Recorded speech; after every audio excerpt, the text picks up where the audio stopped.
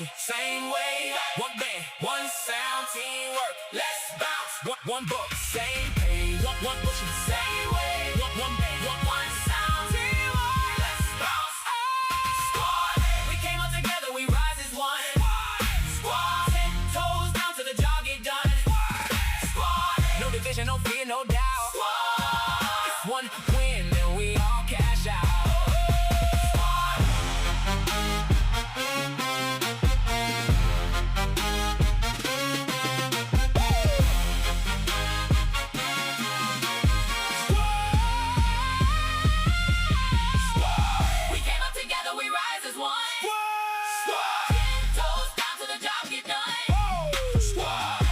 No fear, no doubt. With one win and we all cash out. We move as one. We already won. We move as one.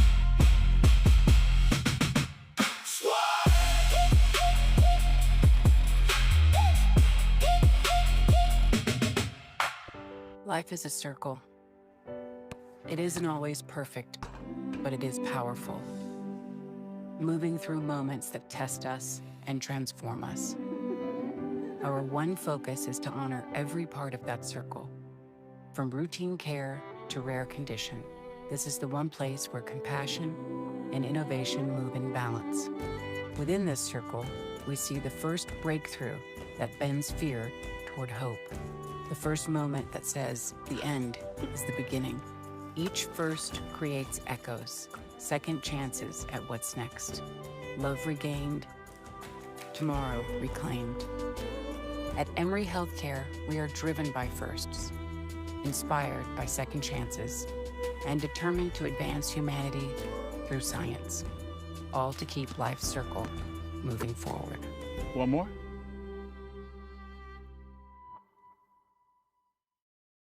I was playing football, got tackled wrong. My ankle got kicked out and dislocated and broke my fibula. I was rushed to the hospital that same night. I had surgery like an hour and a half after. Dr. Harris was the one that did it, wasn't for me. Just had a fixation in my leg with 2 bars going through my shin and 1 through my heel. Got out the splint, got in the boot, started physical therapy with Ortho Georgia. If it wasn't for Ortho Georgia and Dr. Harris, I wouldn't be here where I am right now. I'm about to be back playing sports, baseball and football. Thanks, Ortho Georgia. I'm back playing sports for the Bears. What's up, sports fans? Welcome to the Wartown Sports pregame show powered by Sports Mike. I'm Josh Profit, and today is a special edition of, the show because we are covering the Sweet 16 of the GHSA Playoffs. And just as these players are elevating their games, we're elevating our show because not only do I have Justin Jones in the house today, I also have T. Cole Powell in the house today, and a guy that you probably haven't seen on the show before, but he's always in the dugout with the Houston County Bears. We got Mr. Reagan Bogue, also known as Captured by Reagan. How is everybody doing? Starting with Justin, how you doing? I'm good, Josh. Excited about this show. We got a big series coming up here in the Sweet 16. Excited to talk about it. Oh, yeah. What about you, Cole? How are we doing today? Oh, doing great. It's all right. Hard to believe it's the final day of April, about to be a third of the way through the calendar year. We start the month of May tomorrow, and hopefully we get to play some baseball tomorrow if the weather is good. Yes, sir. Yes, sir. Hopefully it holds up. We are pre-recording this on a Thursday, but we are airing this right before the show, whenever that may be. Hopefully it is on the Friday that you're watching this. Mr. Reagan Bogue, newest member to the show. How are we doing today? I'm great. No complaints. Excited to be on here. Excited to talk about some ball. Can't complain at all about that. So hopefully we get this thing going. Hopefully the game tomorrow goes well, and we'll see what happens. I love it. I love it. So last week, the Hoko Bears beat Lassiter. We'll get into the full recap of that. But before we do, we got to talk about the matchup that you're about to see right here on the Wartown Sports Network, which is the Houston County Bears taking on the Newnan Cougars, which is a rematch of the state championship series from last year, where Houston County actually fell. And I know Reagan's got some stuff to say about that a little bit later. But Justin, just give us a breakdown of what these two teams are looking like in this season. Yeah, for sure. Two very talented programs, both of them having pretty good seasons. Obviously, Houston County's ranked a little bit higher And we'll get into some of our predictions later. You can look at the runs per game there. Newnan actually has a slight advantage. Hits per game goes to Houston County. But one thing we will be talking about is the Newnan versus Houston County defense. Houston County averaging 1.2 errors per game and Newnan only with 0.4. So that'll be something to think about. But one other thing to consider is the strength of schedule, right? Houston County's played a lot of really good teams. And we'll talk about the strength of schedule ranking for both of these programs here in a moment. But it should be a good matchup. Offensively, according to our team comparison here, the slight edge goes to Newnan. Production, slight edge to Houston County. And the defense with a strong edge to Newnan. So a couple things to think about there. But yeah, should be a good matchup. Yeah, I agree. But the biggest thing that stuck out to me was that strength of schedule. Like, obviously, Newnan coming off a state championship title there, I thought that they would have played, a little tougher of a schedule. And they're the 2 seed in their region. The number 1 seed, Northgate, who we actually played first round of the year that we won in 14, they actually got swept at home in the first round. And so they're kind of out. And so that kind of raised some alarms that maybe this Newnan team isn't as strong as years past. But, it's the playoffs. You still got to show up. It's a 3-game series. So you got to beat a team twice, which is not an easy feat to do.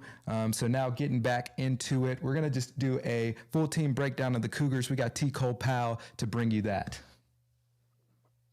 Yeah, absolutely. So, one of the big things about Newnan this season, they're not as strong as they have been in years past. They are 22-9 overall. They finished 9-3 in region play. They did lose the region to Northgate, and I am very surprised to hear that Northgate got swept out in the first round. But the Vikings beat them both times at the end of the regular season. Northgate is the 2 seed out of Region 3 5A. They started the season out 0-3, and their first win of 2026 was a big one. It was a 9-5 road victory in College Park against Woodward Academy at their place. We'll talk more about possibly Woodward Academy later. But highlights that they have is that Newnan, they beat Stars Mill twice, and that's another baseball power in Georgia. They won 11-1 and 5-4. Stars Mill 2 years ago won a state championship. And fun fact, Hoco played regular season in 2021, and Hoco lost that game at home 7-3. Both teams won state that year in their respective classes. So also Newnan beat their rival East Coweta twice, 9-6 and 1-0. And they also beat Central High School out of Phoenix City, Alabama, which is a strong Alabama program. They beat them 3-1. And one of the big things that Newnan has is they have pitcher Hayes McGinnis. He is a junior. He's class of 2027, and he is an Arkansas commit. He threw a complete game in game 1 of last year's state title series against Hoco. He did strike out 10 on 108 pitches, and by the time he was done, he only had 2 pitches left to throw ultimately before he would have had to have come out of the game. And also they are coached by head coach Mark Gilmore. And as you look at the graphic here, they are ranked number 9 in Class 5A. They're number 49 in the state of Georgia, and they are clean, efficient, and disciplined, especially on the defensive side. And we've already talked about the record. You look at their advanced stats, their rating is a 19.2, but their strength of schedule, this is going to be the big difference maker. They have an 8.1 SOS. And we will be looking at Hoco in a minute, and it will be quite the contrast when we do. But, yeah, looking at them, they're per game, hits 8.3, runs 7.7, and errors just 0.4 a game, which is excellent. And so they have elite defensive consistency, an efficient offense, a strong region performance, but a lower strength of schedule. Yeah, that strength of schedule is a big thing. Thank you for that, Cole. And I know, Reagan's going to talk to that about how Coach Hopkins, seeks out playoff level games for the Bears to play in the regular season to prepare them for the playoffs, because he understands, with him being an assistant coach, with him being a head coach in these state playoffs, winning some, also losing in the state title game as well, how important it is, especially with a younger team this year, to build up, those reps and those playoff-like reps. Even though you can't match them one for one, you still need those guys to get experience, to be in high pressure, high leverage situations. So when it comes time to those big moments, they're, already battle tested. And so, let's move on to Hoko, which you see is quite a contrast with that strength of schedule. And as you see, they are number 3 in Class A, number 8 in the state of Georgia. So Max Preps is ranking them quite a bit higher. But Reagan, what's your thought and breakdown on the Bears, with you being a guy who's often in the dugouts? You're good friends with a lot of the guys on the team, and you're constantly covering them media-wise. I mean, you just look at what they've done this year, and there's definitely been some battle-tested, battle-scarred moments where they've lost some games that you didn't think they typically lose, but they won some games that were pretty difficult. And it's just like you were talking about a second ago, looking at what Coach Hopkins has done with this program and seeing just over the years, like I walked onto the scene here at Hoko in 2021. So seeing that state championship, being a part of the 2023 state championship, like it's very obvious to see what Coach Hopkins' plan is year in and year out. It's to play playoff games in the regular season. He goes out and finds big teams, big tournaments to be a part of, and competes in them. It's not like we've gone in there and just laid down. We've competed in some big tournaments over the years, still to come. You've seen it this past year. But the importance of playing playoff simulated games in the regular season is what helps these underclassmen. It's what helps builds this character on this team. And you look at it top to bottom right now, you could say, this is a younger side of teams compared to some of the playoff teams in the past, especially compared to last year. But I think this team is ready. I think they're ready to go because of the fact that they've played high leverage, high situation games in the regular season. And I look at it like this. If your biggest game is the first round of the playoffs, I'm a little concerned about how you're going to perform. But I know this team has seen some tough opponents, have seen some really good pitching throughout this year, seen some incredible bats, and they're ready to go. They're ready to play. I mean, you look at the schedule here, 24-7 regular season. That's pretty good. Like we talked about a little bit earlier too, like that could have been a few more wins. There's some games they let go. The schedule could have had a couple more wins in there, but I think that strength of schedule is really important. I think that's something that you can't find elsewhere. To find playoff simulated games in the regular season, playing on a national schedule, playing teams that are really, really, really good, really competitive, bringing out some great commitments, some great competition. I think that's what sets you up for games like what we're looking at right here with Newnan. I think that's what gives you the playoff experience. Because if you look at it, you've got some guys that have never been in this situation. You look at third base, Caden Harvey, that's a freshman. He's never been in these moments. But I can tell you he's more prepared than the average freshman is at this point because of the strength of schedule that they've played, because of the competition that Coach Hopkins is aligned. And I look overall, great region performance from Hoko yet again this year. Their ratings have looked good. The strength of schedule, we've talked about it, is looking really good. The offense is doing well right now. They're clicking. They're doing great. I think what we're going to get into a little bit more later is the biggest concern on paper for Houston County is these errors. I know we've seen it. It's a little more than we want to see. There's a couple of balls getting booted that we don't want to see. But overall, I think the competition that they played this year, the strength of schedule, is something that's going to definitely swing in Hoko's favor. But I think it's what prepared them for moments like this, for series like this, to be a competitive team in this playoff.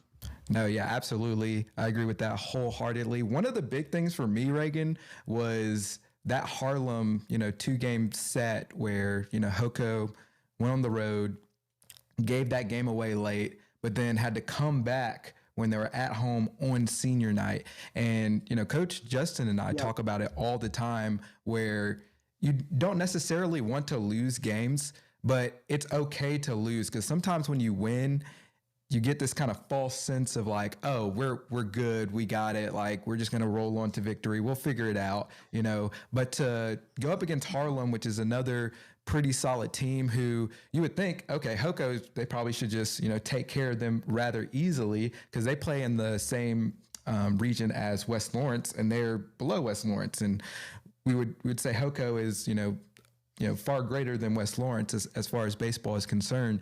But I think that series, them having to, face the reality of like, no, we got to show up, we got to play. And if we don't, then, anybody can beat us on any given day. I think that really developed some character out of those guys. What do you think about that?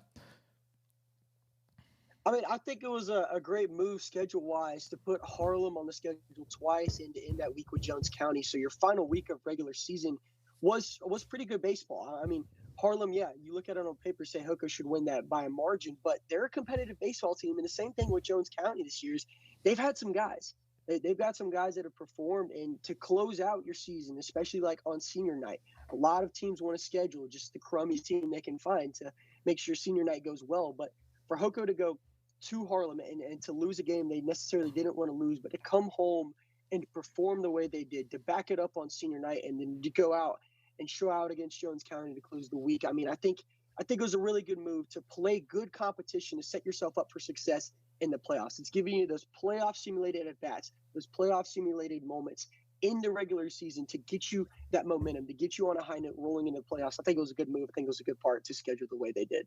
Absolutely. Absolutely. It's just part of the Bears culture. You want to be battle tested. You want to, you want to, sharpen the iron, if you will, before you get into the actual battle, before you get into the actual war, which is the GHSA 5A state playoffs. All right, now we're going to roll on here to a recap of last week where the Bears swept the series against Lassiter. Justin, what do we got on that? Yeah, Houston County took care of business in the first series. And one of these things, too, that you look at is, and one thing we've talked about on this show in the past, is avoiding game 3, right? So if you can pick up the first 2 games the first day, it provides an extra day of rest for your players. And obviously the stress remains low and your depth isn't quite as tested. So they were able to do that versus Lassiter, 11-1 in game 1, 5-2 in game 2. So as the graphic here says, strong performance, complete control, and the Bears moved on, took care of business. And I'm sure they're hoping to do that again here this week, but a little bit tougher matchup. And one thing, too, I wanted to touch on, Cole mentioned Hayes McGinnis, probably the best player for Newnan. And if we go back to their first series, their first playoff series was against East Paulding. They took care of them in 2 games as well. And Hayes McGinnis DH'd both games. So one thing that is very important to know is that their best arm, I believe, is unavailable to pitch. I think McGinnis has had some arm issues this season. And so we won't be seeing a repeat of the state championship complete game, as far as I know, because he DH'd both games in their first playoff series. So I think he might be DHing again against Houston County. No, that's some good journalism there, Justin. Good find there. That's a big factor, right? Maybe facing a guy that's mid to upper 80s, maybe, lower, versus a guy that's throwing 90 who's an Arkansas commit. That's also, a big mental edge as well. Because when you have to face a guy, like you're like, okay, like I got to really get myself prepared, and that it's going to be a battle. But when you roll in and you're like, oh, we don't have to deal with that guy, you have a little more confidence and you step in the box with probably a little bit more swagger, right? Rather than, reverence, because this guy, has elite skills. So great job there, Justin. Coach, what did you see out of your team in these 2 games tonight, starting with game number 1? I thought we did a good job of recovering when we got into trouble. We had a few plays that we should have made, and I think that they'll probably make as we get a little bit deeper in this. Playoffs are always a lot different, and it's just a lot more pressure. And I thought that some of our young guys at times, it kind of got to them, but we settled in, and they threw 2 really good arms. And once we started hitting it, we really took off, and I was very proud of the job that our guys did. And really good first series to get our feet wet. We could have gone in with an easy team, and we wouldn't have grown, and I felt like we grew tonight. Yeah, so Coach Hopkins felt like they grew that night. Cole, Reagan, let's talk about how game 1 shaped up, and what were your thoughts after that game 1 victory? Starting with Cole. Well, that first game, it was a pitcher's battle. And if I'm not mistaken, the full name of the guy that was the pitcher in game 1 was John Walker Brown. Yeah, he did a good job for the most part. But Tyson did a good job. I don't remember as much in game 1 as I do in game 2, as we will talk about, especially in that second inning when after Hoko went up 4-0. But Hoko changed the game. The straw that broke the camel's back in game number 1 was Noah Odom's 3-run jack to left that made it 6-1 at the time. A run had already come in, but that changed the game right there. And then later, Davian Hammonds would hit a 2-run jack, and it was 8-1. And Ethan Kenny ended the game with a 2 RBI single to give Hoko that 11-1 win in 6 innings in that first game of the state playoffs. Yep. Reagan? I mean, I would say one of the biggest things is the energy that comes from this team. And one thing that Coach Hopkins has talked about over and over and over is keeping the energy the same throughout the entire game. You don't want to fluctuate. You don't want to have a super high to start the game and then crash out in the middle and then come back up in the end. You want to keep the energy the same. And I think one of the biggest parts of success for this team in this past series, especially in game 1, is those guys had fun. I mean, they really enjoyed playing baseball from the moment the game started to the moment that the game was over from Ethan Kenny's double. These guys were just happy. I mean, they were loving the game. They were enjoying playing baseball. Odom's fly to left field, I mean, that got the team fired up even more than they already were.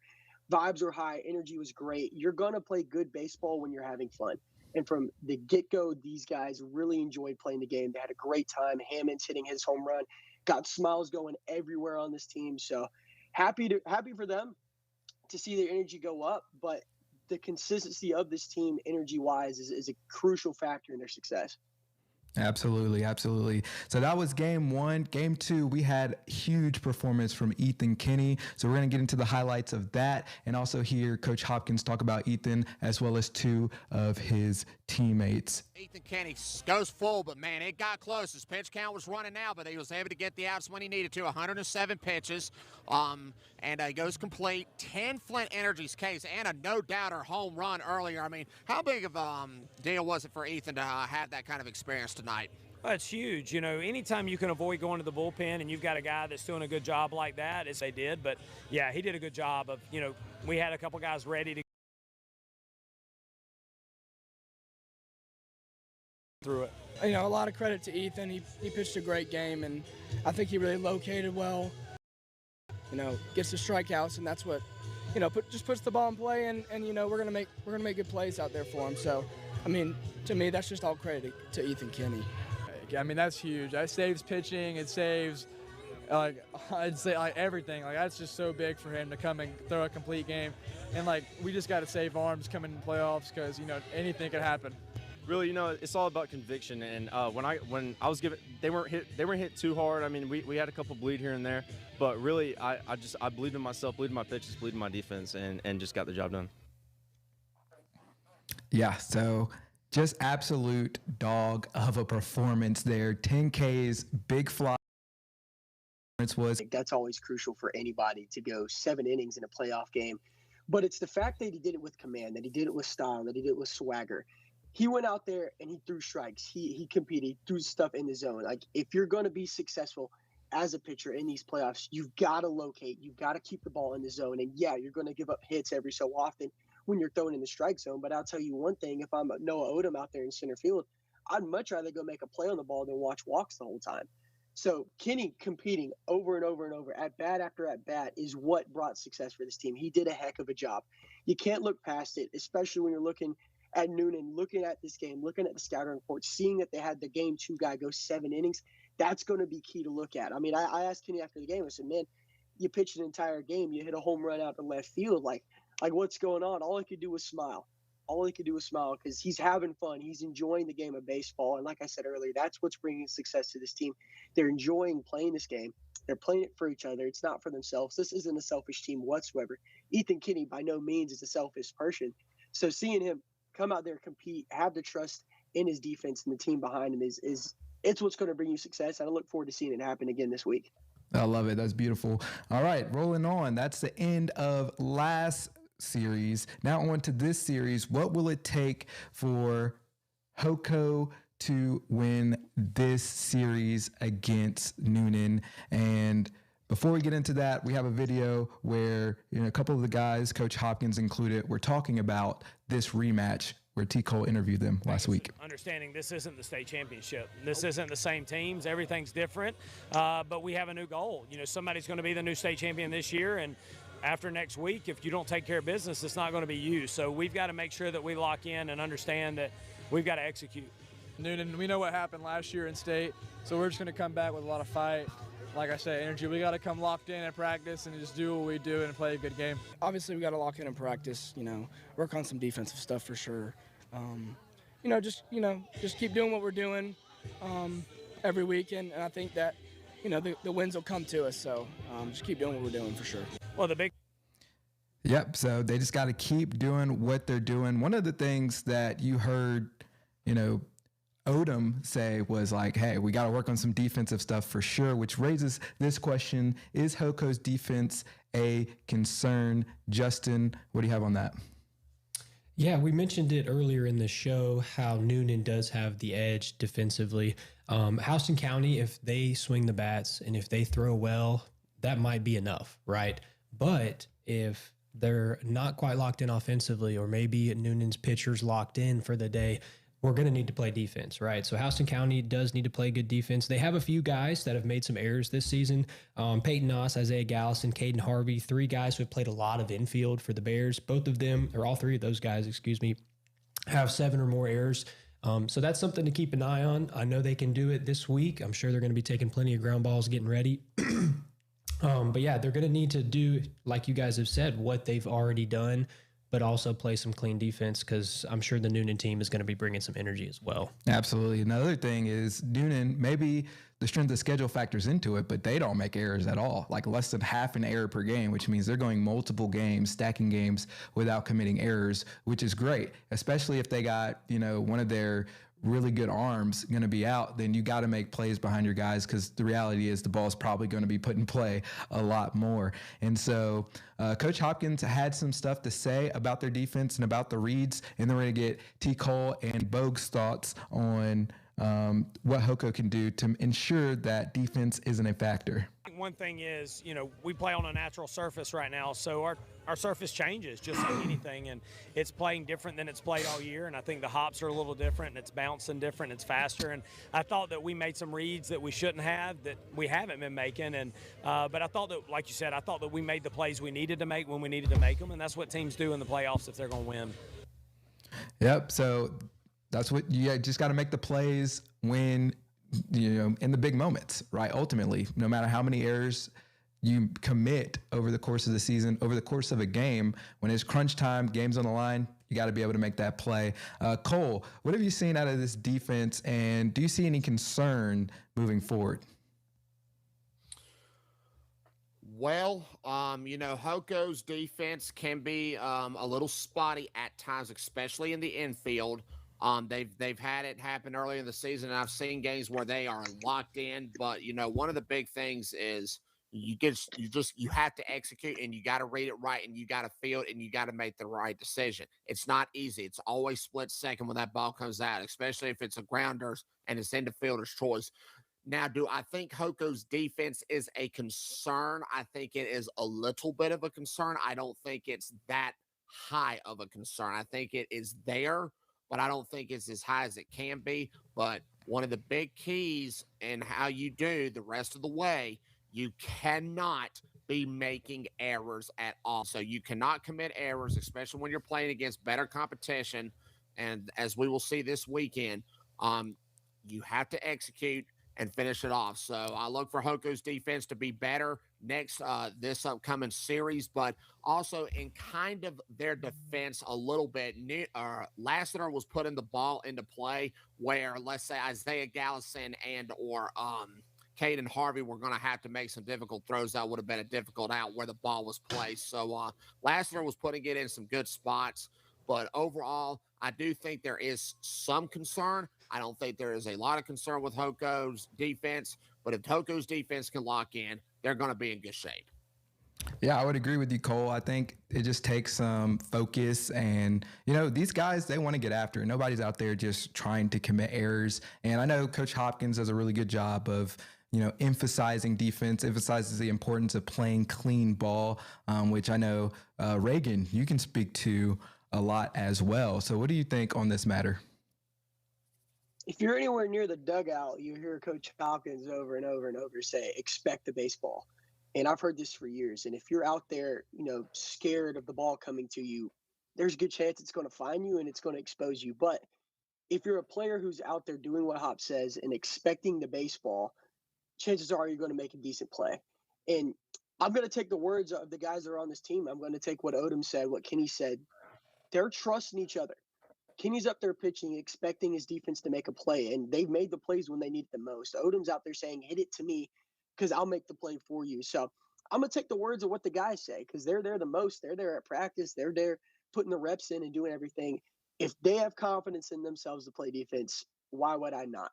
And yeah, you can look on paper and say, yeah, it could be a concern. And I think, the average standpoint, the average viewpoint of going into this is, yeah, that's too many errors in a single game, in a single series. It's not what you want to look at. But I think Hop spoke about it a lot.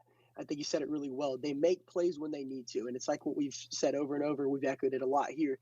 If Hoko can find the timely plays, if they can make the plays when it matters the most, I think this team is going to be fine. I don't think there's much to worry about defensively. And I'm going to go, like I said, with what the guys have said. They trust each other. They have each other's backs. And if they're going to make plays like they have been in the timely moments, then I'm going to have confidence in this defense. Yeah, finding ways to win ball games is the name of, any sport, of any championship team. And, how you get it done is the fact that you got to get it done in those key moments. And I like what you said, that these guys trust each other. It seems like this team has great chemistry and great camaraderie, which is kind of what we're going to talk about next here. And our next question is like, how do you ensure that you're carrying the momentum from series to series, Justin? Yeah, we've talked about it a little bit already, and we got to see it in the interviews there with some of the players, but taking the practice reps seriously, right? Oftentimes throughout the season, you don't have to wait a week in between games, right? You might have that Monday, Tuesday game. That changes a little bit sometimes here as we go into the playoffs where these games are spaced further apart. So carrying your momentum from series to series, a lot of it happens Monday through Thursday, right? Getting your reps, still seeing the live at bats. I talked to one of the Hoko coaches, and he told me they were doing some live at bats this week. So that's good to hear, right? Yeah. You don't want to go out there and just hit off the tee and try to come back and compete against Newnan's Arms this week. So getting the reps in practice, obviously they should have plenty of energy. They should have lots of confidence going into this series because they've been playing well. Right. But yeah, it's all about preparing yourself for the next matchup. So taking the reps seriously in practice and also taking care of last weekend. That's how you carry the momentum, and I think that's what they're doing. Yeah, and I like what you said, that they're giving live at bats, because especially because during the season, like, you're playing every 2, 3, maybe 4 days. But when it comes to playoff times, it's like series to series, and it's like a week in between. And so, you don't have necessarily time to be like, okay, all right, I was off today, but I'm playing again in a couple of days. Like, if you had a bad series this week, you got to sit there and you got to think about it for a whole week, or if you were hot, right? Now you have time to cool down for a week. And so, keeping those game-like reps and, still sharpening yourself so that you can carry that momentum, I think is huge. That's going to get us to our next question right here on the Wartown Sports Network. And it is Hoko getting hot at the right time, or are they peaking too early? We're going to go to Bogue first before we get Cole's thoughts. Emotion is one thing that you've seen a lot out of this team. You see it on the home runs. You see it from Gaines when he gets the big play and a strikeout. So this team is fired up right now. And I look at momentum, and I look at what we've been doing this entire season, and I think this is the perfect time to do what they're doing. I think some of the bats between Odom and Hammonds this past series, and Ethan Kinney and Zay having some great at bats too. Even on our outs, our approach at the plate is looking really, really well. So I think the team is getting really hot at the right time, and I think it's something they're going to carry over game to game. So expect a lot this week. Thank you for that. Cole, what do you have on this? Is Hoko getting hot at the right time, or do you think they might be peaking a little too early? I don't think they are peaking too early. That is a valid thing to ask. You don't want to peak too early, but you do want to get hot at the right time. And Hoko is, in the final week of the regular season, they had to make that long bus ride over to Harlem. They give that game away.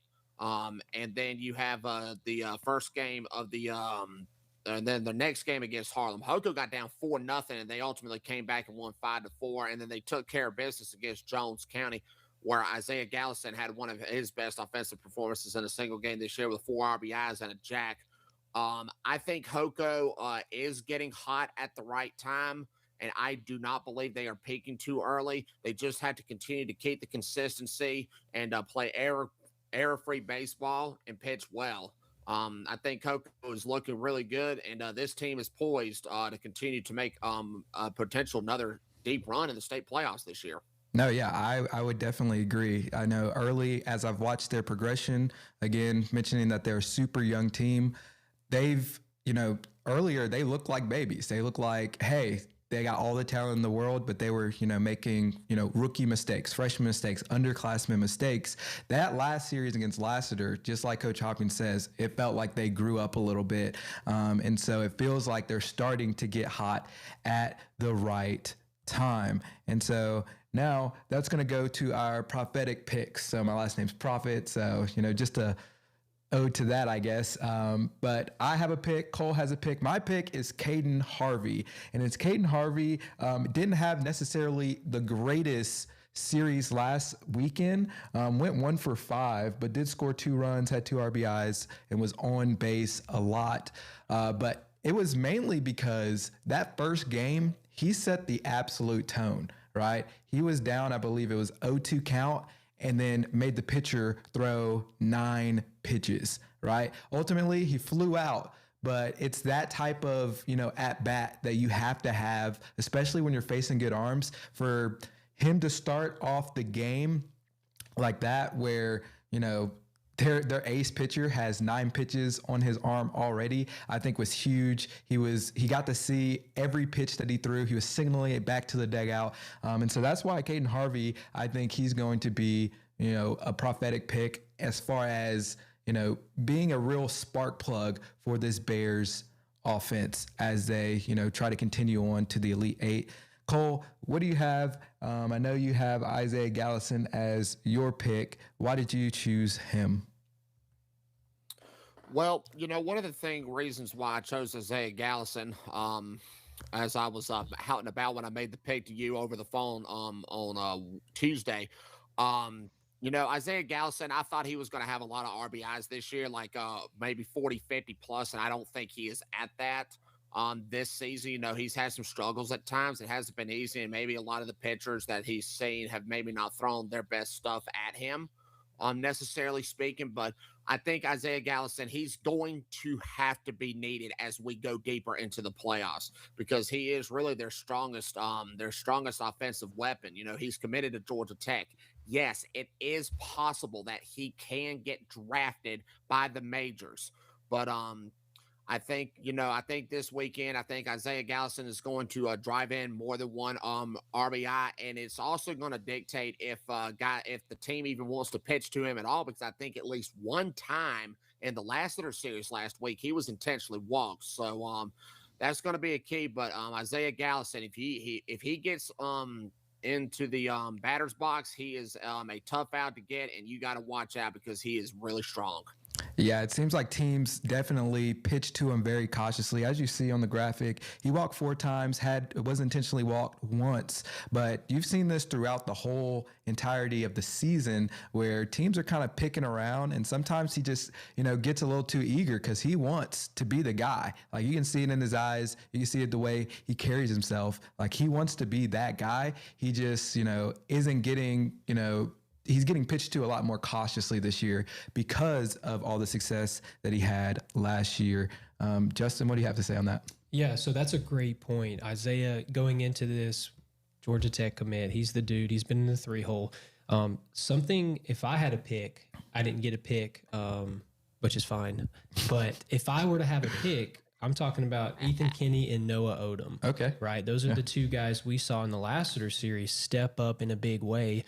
They can pitch around Gallison, but what happens is if a team only has 1 true offensive weapon, teams can pitch around that, right? Right. But in the lineup, Ethan Kinney hits after Isaiah, and after Ethan Kinney is Noah Odom, and those are 2 guys who came up big in the Lassiter series. And I'm sure Newnan's going to have the scouting report on Gallison, right? Right. They're going to pick, try to make him chase, pitch around him a little bit, and A question is whether or not Ethan Kenny and Noah Odom can produce in this series like they did in the last series. Yeah, and I would like they've kind of done all year because a lot of teams have been, pitching around Gallison.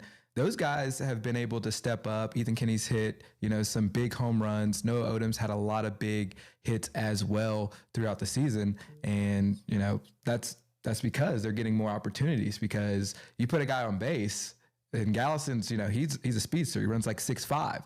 And so that's a lot of pressure on the defense, but it's almost better to, put him on base sometimes than for him to, hit the ball, at the ballpark. Yeah, that's right. And another thing too, Cole mentioned the RBIs for Gallison. He's got 24, but after him, Ethan Kenny's leading the team with 34. So that goes to show you how well he's done. 4 home runs. He stepped up in a big way. Yeah. And he'll have to continue to do that. Yeah, you got to have it. Got to have production out of your guys. All right, now it's time to get into our overall picks for the series. So here's what the game 1 outlook looks like. It's pretty lopsided, and a lot of this has to do with the fact that Newnan hasn't been as battle tested as HoCo, and so it is looking like a 70 to 30% chance, according to Profalytics, grabbing all the data I can off of Max Prep for this series. Justin, you want to kind of break this down for us? Yeah, I can give it a shot. So 70% chance for Houston County to win game 1. And we mentioned it previously. I think Newnan's pitching staff is limping into this a little bit. They don't have McGinnis. I think they might even have another top arm who can't throw. So that is significantly, affecting their chances to win this series. But one thing that's important is what happens if Newnan does win game 1, right? That completely shifts everything. That changes the tide. I think everyone here as a part of this show is predicting Houston County to take care of business, right? We've seen him play. We were looking at the numbers, the percentages here. But yeah, it goes down to who's going to show up, right? We talked about the Harlem series. We talked about baseball. Anybody can beat anybody. On paper, Houston County, I think, has the edge for sure. But game 1, whatever happens, can definitely impact the rest of the series. No, absolutely. On paper is one thing, but you got to play, you got to show up, and you got to put together a complete series, not even a complete game. You got to put together a complete series in order to get the job done. And so now it's time to get into our picks, starting with Cole. Who do you got for the series? Well, initially speaking, if Newnan have had their big guys, I would have been looking at a 3-game series for HoCo, but since they are missing pitching and it looks like it could be a little shaky at times, I'm taking HoCo in a sweep this time. Newnan pitching, it's so key. You got to have it, especially in the playoffs. And I just don't, and with McGinnis probably being out and only being able to be a DH guy and swing the bat, I mean, he can put us in good runs because he did have a 2 RBI hit against HoCo in one of the games against in the state title game last year. But not having him on the mound and then not having another guy possibly is that's a big issue. That's a big problem for him. So I think HoCo is going to take care of business in the rematch and return back to the Elite 8. Yep. Thank you for that. All right, let's get into Justin's pick. I got HoCo winning 2 games. That's it. Oh, that's short and sweet. All right, Vogue. Let's hear what your pick is. And I know you haven't talked in a while, so you can kind of break down why you believe that as well. I mean, I'm just looking at the momentum that's coming from this team. And like we've said it over and over, momentum is super clutch, super key in this time of the year. They're playing baseball at the right time. So I know what to do. I do have a clue, HoCo in 2. There you go. You're a poet and you didn't even know it. Unless you did that on purpose, Mr. Marshall Mathers. Anyway, yeah, I mean, I think it's clear. The numbers say it all. And then just looking at the eye test, because numbers can say one thing, but sometimes you look at how a team is performing and sometimes they're winning and they keep winning, but maybe you can see kind of the chinks in their armor. I think that HoCo's kind of sharpened up everything. I think their armor is strong. I got HoCo with the sweep. Also, with all of us being HOCO alum, I don't think we could, leave our houses if we didn't choose HOCO at least to win Slight bias. the series. So maybe next series you need to have somebody from the opposing team hop on. yeah, I'm gonna try. I'll try to kind of see. Yeah, I'll try to kind of see like what their media, because the reality is nobody's really doing this for their Yep. their teams in their little region, and so hopefully this sparks a I guess a renaissance, if you will, of different people doing this, and then we can kind of cross collab when you do have those cross region matchups, and I think it'd be really cool. I think it would be really cool. We'll get the Woodward Academy head coach on here next week. Oh, if you guys know his phone number, yeah, perfect. All right, please, yeah, we will get that. We will get that. I will reach out to him today. Yeah, and speaking of Woodward Academy, real quick before we wrap things up, Josh, we talked about it a little bit, right? Habersham Central versus Woodward Academy. Mm-hmm. The winner will play the winner of Newnan versus Houston County. Right. And one thing that is interesting is who will have the home field advantage. So according to our statistician, T. Cole, if Woodward Academy were to beat Habersham, then they will be the host no matter what. Cole, can you provide some insight? Yes, that is correct. It dawned on me before we were getting ready to do our test here and get ready for our show. I did go to the GHSA, and they did do the coin flip, and the coin flip, to what I've seen, is that it was heads, and that means the teams in the will host in a like if it's a one College Park, if Woodward knocks out out of Mount Airy, which I think they will. Woodward, I believe. I don't think they're as strong as the powers in Class 5A, but that is a good baseball team. So yeah, that's what would happen in the Elite Eight. And also, it's looking like this is going to be the last. You will never have another coin flip ever again. I was surprised that they hadn't already done that, because I know they've been doing that since we played. What was that? Don't tell them. All right, moving on. So it sounds like no, that was a couple years ago. It sounds like we're going to be cheering for Habersham Central so that we can have more Garden moving forward. But yeah. Hey, so that's as today. The picks are in. We all say that HOCO is going to win, and we're going to have it's Bob and Tom, correct, Cole? Yes, it is. It'll be Tom Mobley and Bob Daughtry.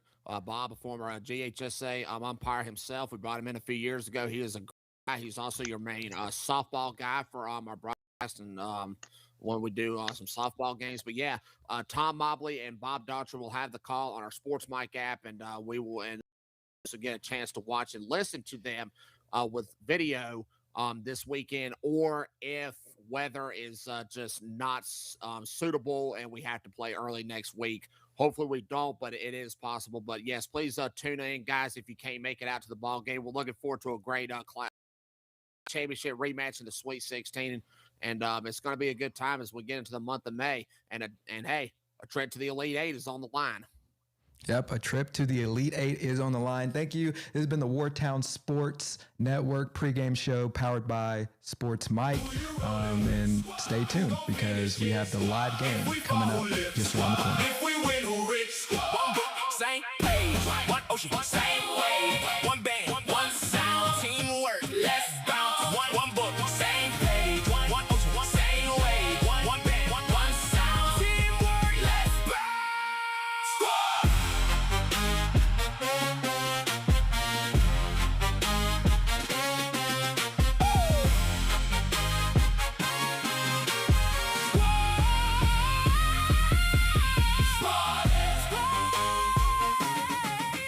Playing football, got tackled wrong. My ankle got kicked out and dislocated and broke my fibula. I was rushed to the hospital that same night. Had surgery like an hour and a half after. Dr. Harris was the one that did it, wasn't for me. Just had a fixation on my leg with 2 bars going through my. Got out the splint, got in the boot, started physical therapy with Ortho Georgia. If it wasn't for Ortho Georgia and Dr. Harris, wouldn't be here where I am right now. I'm about to be back playing sports, baseball and football. Thanks, Ortho Georgia. For the Bears. Life is a circle, It isn't always perfect, but it is powerful. Moving through moments that test us and transform us. Our one focus is to honor every part of that circle. From routine care to rare condition, this is the one place where compassion and innovation move in balance. Within this circle, we see the first breakthrough that bends fear toward hope. The first moment that says the end is the beginning. Each first creates echoes, second chances at what's next. Love regained, tomorrow reclaimed. At Emory Healthcare, we are driven by firsts, inspired by second chances, and determined to advance humanity through science, all to keep life's circle moving forward. One more?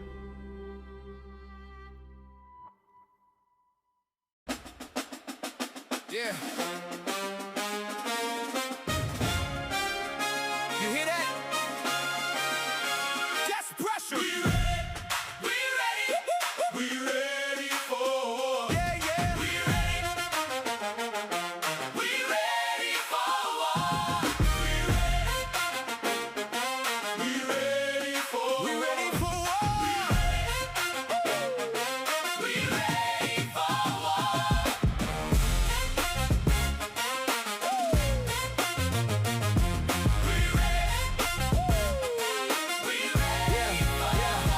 Came from the bottom, now we back in position. Every rep, every set, yeah, we built for the mission. No breaks, no fear, no backing down. When the lights come on, we attack the crown. They talk, we move, that difference made. They play checkers, we been in chess for days. Pressure hit, we don't fall, we rise. Look a rival dead in the face, no surprise. Ready for war, ready for war. We don't run, we don't fall. We ready for war. We ready for war. We ready for war. We ready. Ain't no backing down when you step on the floor. We ready for war. Put it all on the line. What you came in for?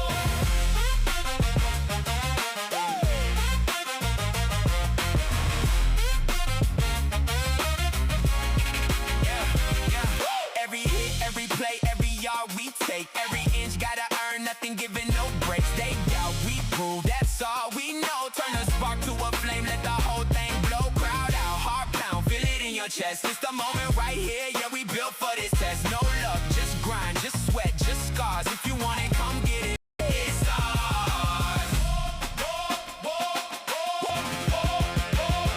We ready for war. We ready for war.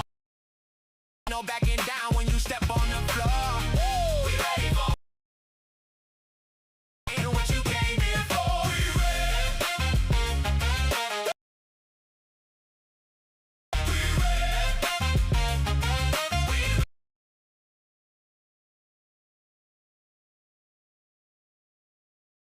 Twitter, Facebook, Instagram, and YouTube. The Georgia High School Association would like to thank its corporate partners for their valuable support of high school athletics and activities.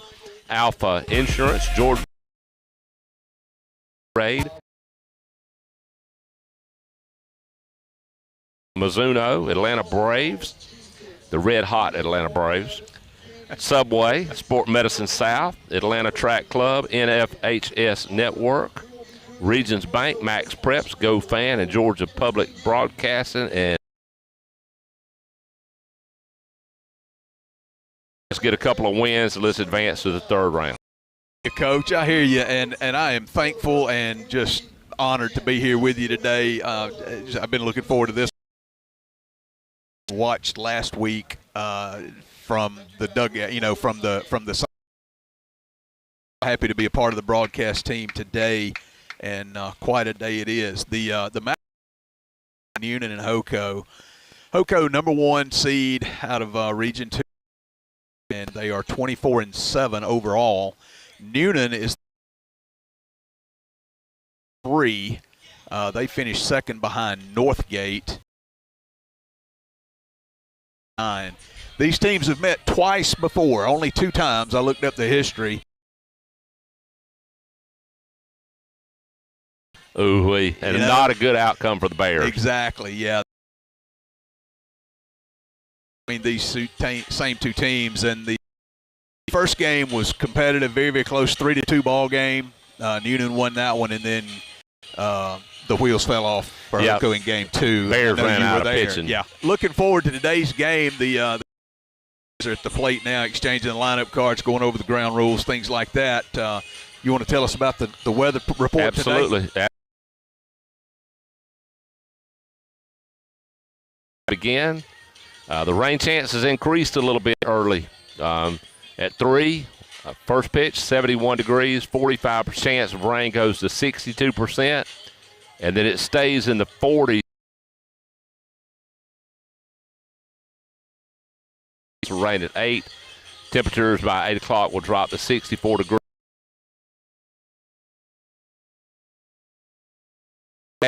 Not a it's completely overcast. No sunshine at all, and it's cool.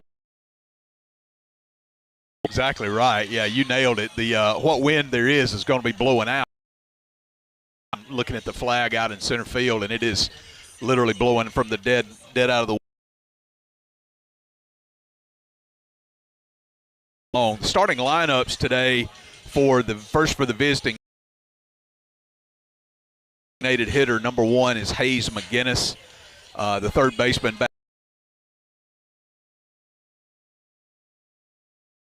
And I apologize in advance if I butcher some of these names, Tom. And batting third, playing first base is number 23, Caden Truitt. Batting 10, Brian Moore. Batting fifth, playing right field is number 2, Brody Kemp. And playing left field is number 19, Joey Pfister. And batting ninth, playing shortstop, number 4, Braden Williams.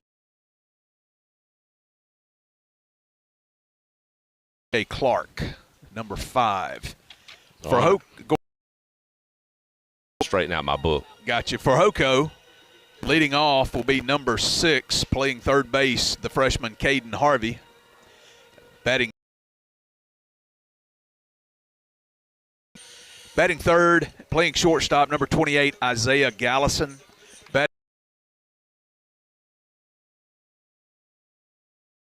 Batting fifth, playing center field, wearing number 8. Batting sixth, playing first base, wearing number 9 is Nick Hart. Batting second base, number 10, Peyton Noss. Batting eighth,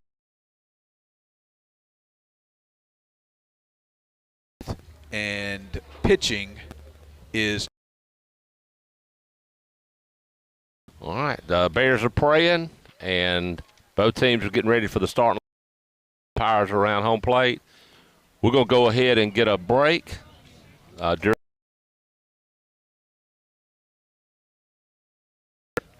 This is the Dozier Law Group pregame show. As always, we're powered by Hughes. Value University in Georgia, Middle Georgia State University. Undergraduate and graduate degree programs to choose from that are offered at the lowest tuition rate.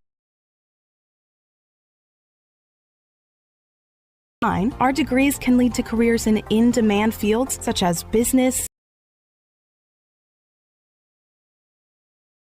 mga.edu.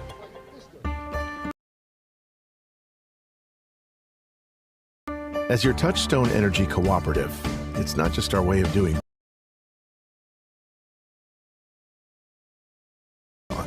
every day.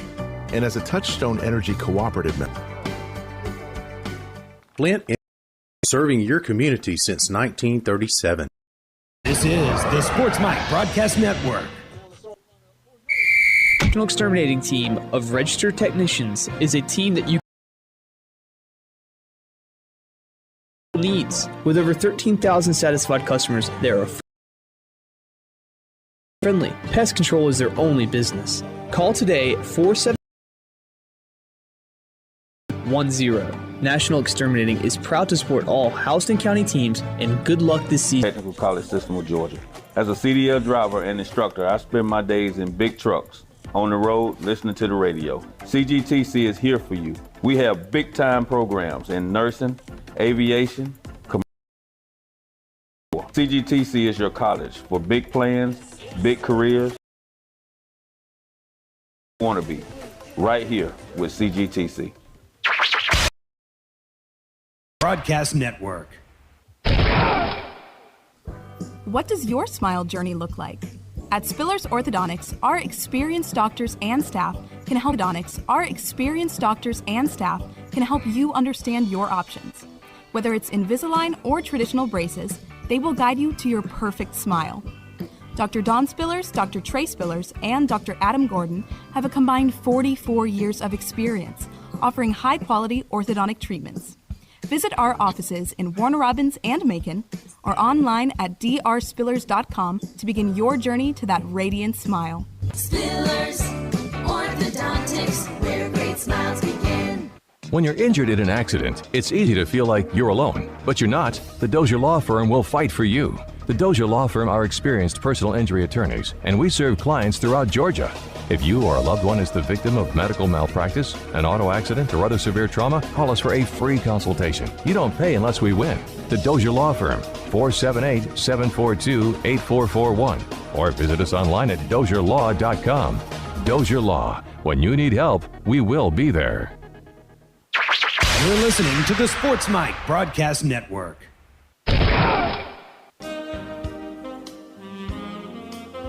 What families need after suffering the loss of a loved one is time to come together to celebrate a life that was well lived in the way they choose and to focus on each other. McCullough Funeral Home is here to help you find the way to do just that, no matter what the right way is for you. At McCullough, it is our privilege to simply walk beside you and help guide you in the journey toward healing. McCullough Funeral Home are proud sponsors of all Houston County High School sports. Hey sports fans, this is Pastor Jim Perdue from Second Baptist Church right here in Warner Robins. We're located at 2504 Moody Road, and we'd love for you to join us on a Sunday. We meet at 9 a.m. for life groups and 10:30 a.m. for worship. You can find out more information on our website at secondfamily.church. That's secondfamily.church. Our prayers and support go out to all the coaches and athletes for a safe and successful season. From Second Baptist Church, your second family. You're listening to the Sports Mike Broadcast Network. Back here from the Garden, I'm Bob Daughtry alongside my good friend Tom Mobley. We've been good friends with Tom Mobley for a lot of years, haven't we, friend? Yep. We're at Auburn together. Man, and that was a lot of years ago. Yep. Happy to be here with you today. Tyson Gaines in the middle of the field out here starting to throw his warm-up pitches. It's so fun for me, Tom, to watch the pregame festivities. Just as an umpire, having done this a lot, watched it, and I watch Bird back there making sure he spoke very kindly and with a smile on his face to all the umpires, took careful care to shake the hand of the plate guy. These three umpires today are from somewhere I don't know. I don't have any idea because they're not local people. You generally don't ever work in playoffs for a team that you work for during the regular season. And I checked in with my dear friend Larry Moon, and Larry said he didn't have any idea who was umpiring here today, so we're just kind of on our own with that. First game today is sponsored by the Butcher Shop. They've been just wonderful partners with us for a lot of years, and thankful to have them and all of our sponsors. But to get today, game one, sponsored by the Butcher Shop. Cindy and I went and got us a couple steaks from the Butcher Shop back a couple weeks ago, and grilled them, and I'm going to tell you what, it's as fine a piece of meat as you'll put in your mouth. Pretty good stuff. Yeah. Pretty good stuff for sure. Well, the throw has gone down. We have gotten the pregame stuff out of the way. We're slapping gloves around the field, and the leadoff hitter for Newnan is climbing in to bring us the play-by-play. Tom, take it away, friend. All right. If I screw up the Newnan lineup, it's because I screwed up the book to start with, and I got a lot of scratched out, chicken scratch looking stuff. But it looks like Hayes McGinnis is the DH. He's headed to Arkansas. He was one of their top pitchers, and he's been out. He's not pitched any this year. And it's a strike on the first pitch fastball from Tyson Gaines. The Bears have Tyson Gaines on the mound, Raymond Bird behind the plate, and we'll get them after this pitch from the wind. Off-speed pitch fouled down the right field line. Long run for Hammonds, long run for Noss. Neither one of them can get there. One hops the fence over there near the batting cages. First is Nick Hardy. Second is Peyton Noss at short is Isaiah Gallison. At third, Caden Harvey. From left to right, Jet Waller, Noah Odom, and Davian Hammonds. That's your Bear defense. And Gaines is ahead 0-2 to McGinnis. Don't want to give him anything too fat. Make him chase if he will. Off-speed pitch. He got up underneath it. It's going to pop it up in the infield. Caden Harvey over near third base. He's got it, and that'll be out number 1. A good start for the Hoco Bears. Great job of pitching right there. Good sequence. Got him with a fastball to start with, threw him there, and then back-to-back breaking balls. The last one was way off the plate. Got his arms extended, couldn't do anything with it. Good start for Tyson Gaines. We're going to bring up Ishmael Espinoza-Reyes, the third baseman for Newnan. Newnan in a gray uniform with a gold number, blue trim, a blue short sleeve undershirt with like the vest look on the gray. Pops it back. Foul. I like that with the T-shirt underneath it. Oh, yeah. And that's kind of old school right there. It's a good look. Yep. That's the way they wore. Most teams in high school wore that back when I was growing up. Pitch from Gaines. Fastball. Got it by him. I tell you, he's pitching him backwards right here from what he did. The leadoff hitter, he started him with a breaking ball, got him to foul it off, and then threw the fastball right there, and he was tardy. Yep. 0-2. He's gotten ahead both batters 0-2, and Gaines been in command so far early on. Fastball a little outside, a little high. Ball 1. That was by design there. You could see Bird set up off the plate there, wanting that one off. Yeah, you don't want to throw them anything too pretty on 0-2. See if they'll chase one. An off-speed pitch, swinging, striking. That's the first Flint Energy's K for Tyson Gaines. And that's out number 2 here in the top of the first. And it'll bring up the number 3 hitter, Caden Truitt, the first baseman. Flint Energies, if you're not using Operation Roundup, I highly encourage it. Your pennies add up to thousands for many worthwhile nonprofits, for the schools, for bands, for football teams, for all sorts of things. Volunteer fire departments in the area. Fastball, strike. What a great pitch to start a batter right there. Knee high, outside corner, just paint. Love it. The 0-1 pitch from Gaines. He's getting that ball, and he's going back to work. Must have been a touch outside, ball 1. Yep. Again, that was what they wanted right there, Tom. What they're doing right here is seeing where would the umpire go with the fastball. How wide will his plate be right there? I'm loving this ABS with the major leagues. Oh, me too. It's quick. Yep. And doesn't interfere with the game. Yep. And there's some obvious misses. But I tell you what, the umpires are right more often than they're wrong. Yep. And my wife asked me the other night, we were watching it, and one of those instances happened, and she said, you think the umpires are glad to have that? I said, I know I would have loved to have had it when I was umpiring. If you're a good umpire, you want it. Off-speed pitch, strike. Bird kind of pulled that one back into the strike zone. Was afraid it might have been a little bit low. Yep. Got the call. Good job right there by Bird. Fastball fouled off hard down the right field line and out of play. Just way behind on that pitch. Truitt was. Haven't come inside on a pitch yet. Be interesting to see if they're going to stay away, or mix it up. The 1-2 pitch from Gaines. Stays high. Looked like he tried to break it off, and it didn't break. Maybe a slider. 2 balls, 2 strikes, 2 outs. Top 1, no score. Butcher Shop Game of the Week, powered by Hughes Honda. Tom Mobley and Bob Daughtry with you. Off-speed pitch nubbed, and it gets by the pitcher. Gallison comes in, feels it, makes a low throw, gets away from Hardy, and I'm going to say that's an E6. Bob. Yeah, I'm afraid so. I think Gaines, if you ask him, he would have said I should have caught it, because it was Q-stick for sure. Yeah, that thing had some weird spin on it for certain. Yeah, and then Gallison charged it hard, got it in front of the bag at second on the grass, and made a quick flip that one hopped, and Hardy couldn't pull it, couldn't catch the bounce. Yeah, I think Isaiah had more time than he thought he did. You know, I think he felt like he had to rush that because it was a slow developing play. It'll bring up Brian Moore, the second baseman, cleanup hitter for Newnan. Runner on first, 2 outs. All-speed pitch stays high. first pitch that was on the inside part, and I'm not sure that was designed there. No, I think he was trying to break it over the middle for a strike. Yep, I agree. On a curve. All right, the 1-0 pitch from the stretch. Off speed for a strike. And the batter, I thought it was a good pitch. Yeah, they're consistently thinking that it's based on what Gaines is throwing, but they're saying it's a wide pitch, it's a wide zone, it's a wide zone. They keep indicating that pitch is outside or pretty close to it. Fastball, got it by him.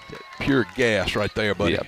I'll tell you what, Gaines is doing a really good job, like you mentioned, of changing speeds here in the first inning. Yeah, very impressive top of the first so far.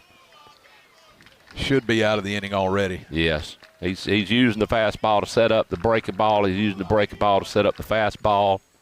Breaking ball hit hard into left field, but it's going to be medium depth. Jet Waller over, got it, and that's going to end the top of the first. No runs, no hits, 1 error, 1 left on base.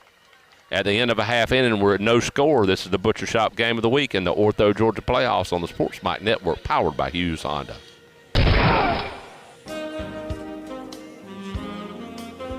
What families need after suffering the loss of a loved one is time to come together to celebrate a life that was well lived in the way they choose and to focus on each other. McCullough Funeral Home is here to help you find the way to do just that, no matter what the right way is for you. At McCullough, it is our privilege to simply walk beside you and help guide you in the journey toward healing. McCullough Funeral Home are proud sponsors of all Houston County High School sports.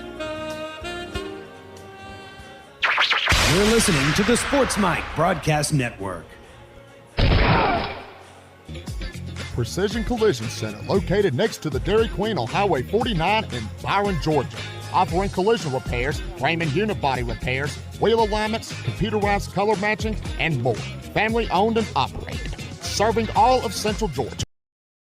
Auto body technicians are the best of the best in the state of Georgia. Middle Georgia's first choice in automobile and collision repair. Precision.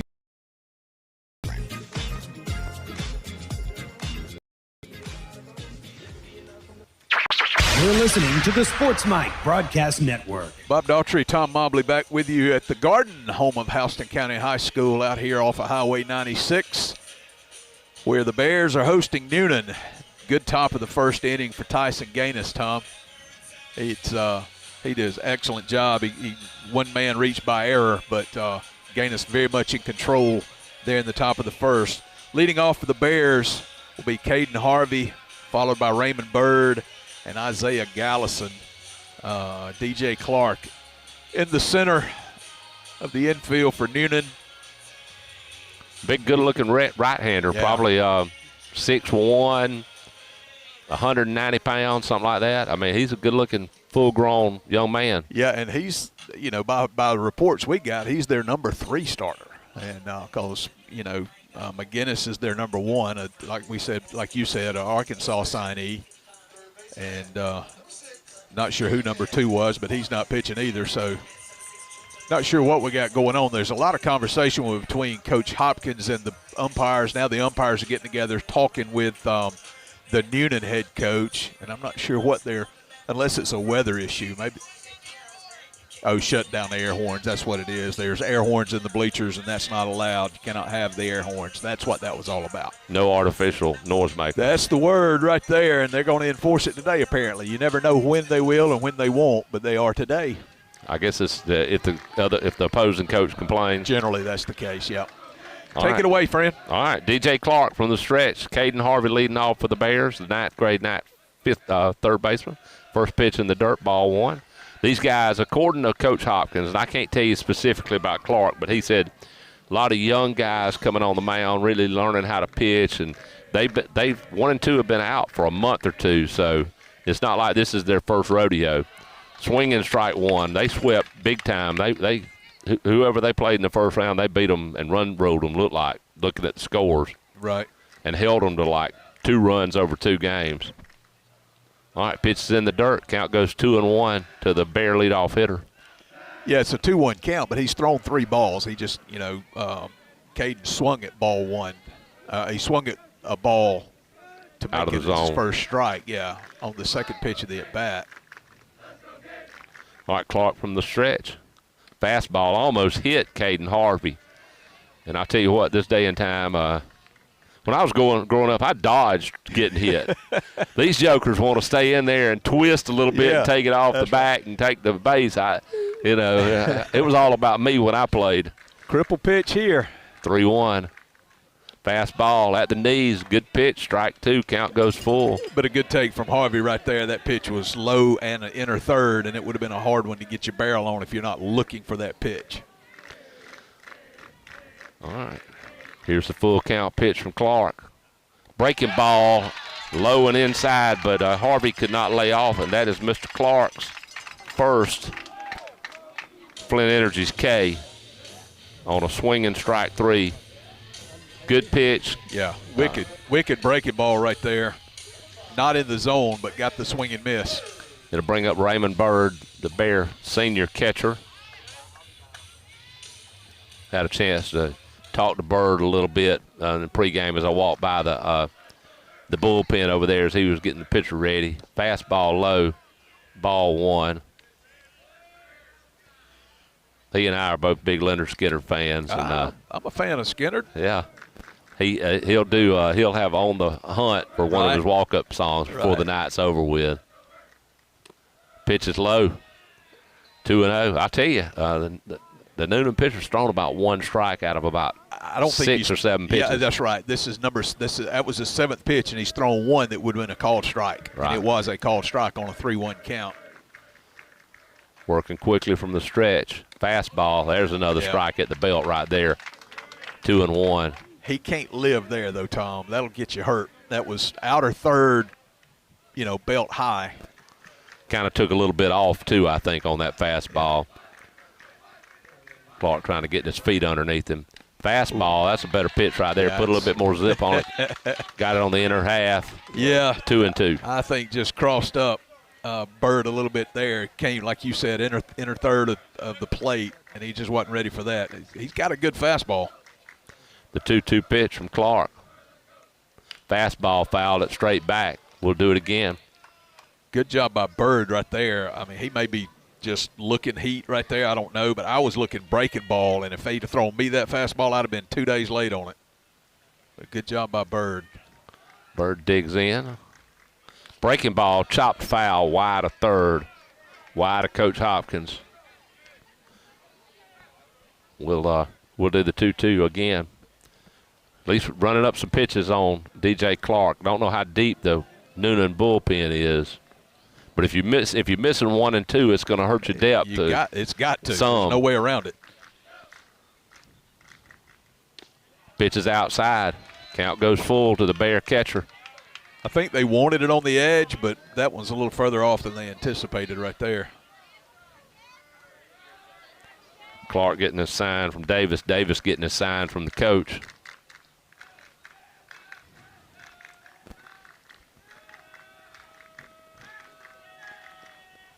Fastball popped up. Shot. Oh, it's going to be second baseman shortstop underneath it. Shortstop Braden Williamson. As it looked like that Brian Moore, the second baseman, was calling it. Yeah. And all of a sudden, he lost it and he jerked hard. But Williamson called him off and scared him a little bit. Yeah, that's a priority play there. When it's in the middle like that and either one can get it, shortstop's got priority over second base. He did a good job of calling him off. And it's just like you said, once the second baseman hears him, he gets out of there to cut, to avoid a collision. Yeah. Great job of pitching right there by Clark on that full count pitch, fisted Bird. Isaiah Gallison, the Bears' last chance here in the bottom of the first. Pitches high over his head, ball 1. Gallison has signed with Georgia Tech and is awaiting the MLB draft to see what his future holds. Fastball, hard hit grounder right at the shortstop. Williamson, he fires over to the first baseman, Truitt, and it's out number 3, 3 up, 3 down in the bottom of the first for the Bears. Let's get a break on the Sports Mike Network, powered by Hughes Honda. Being there, every minute, year after year. As your Touchstone Energy Cooperative, it's not just our way of doing business, it's our way of life. Providing the energy our community relies on. every day. And as a Touchstone Energy Cooperative member, that means value that goes far beyond the energy we provide. It's value you can't really put a price on.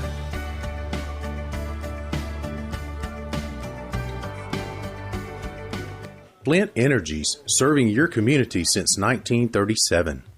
This is the Sports Mike Broadcast Network. Hey, sports fans, this is Pastor Jim Perdue from Second Baptist Church right here in Warner Robins. We're located at 2504 Moody Road, and we'd love for you to join us on a Sunday. We meet at 9 a.m. for life groups and 10:30 a.m. for worship. You can find out more information on our website at secondfamily.church. That's secondfamily.church. Our prayers and support go out to all the coaches and athletes for a safe and successful season. From Second Baptist Church, your second family. You're listening to the Sports Mike Broadcast Network. Back here at the Garden, I'm Bob Daughtry alongside my friend Tom Mobley. We're headed to the top of the second inning. No score. Both pitchers very much in charge of their respective half innings. Nice job by DJ Clark. Threw a lot of pitches, Tom, like you mentioned. During the course of that time, he did run up a pitch count. Tyson Gaines much more effective, or efficient, I should say, in the top of the first. But here we go to the top of the second. Tom, take it away. All right. Left-hand hitting right fielder Brody Campbell will lead off for the Newnan Cougars. He's a big old joker. He is a good-looking thing, isn't he? 6'2", 6'3", 200 pounds. Off-speed pitch, yank foul, and the first base coach Olayed that one. Yeah, he's ducking and diving over there. He don't want no part of it, and I don't blame him. Not me either. In fact, he'd have been an idiot if he'd have tried to catch it. Pitch is in the zone for strike two. Gaines working quickly.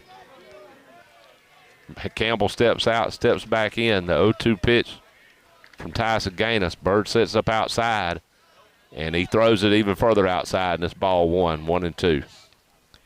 Gaines has done a good job of working ahead in the count. He's had 0-2. He's gone 0-2 with at least 3 of the 5 batters he's faced. Yep, I agree. All-speed pitch stays in the dirt. Count evens at 2.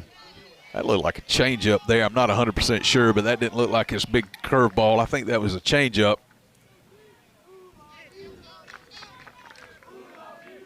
A non-competitive pitch. There you go. 2-2 pitch. Fastball swinging strike 3, and that's the second Flint Energy's K for Tyson Gaines. But, you know, as you said it, the changeup, the 1-2 count pitch was non-competitive. But what it did was it set the stage for that fastball right there. Yeah. Beautiful job. Congratulations. Just saw him run out and gather the ball. My man, Mason Summers, Coach Lamb's nephew. Okay.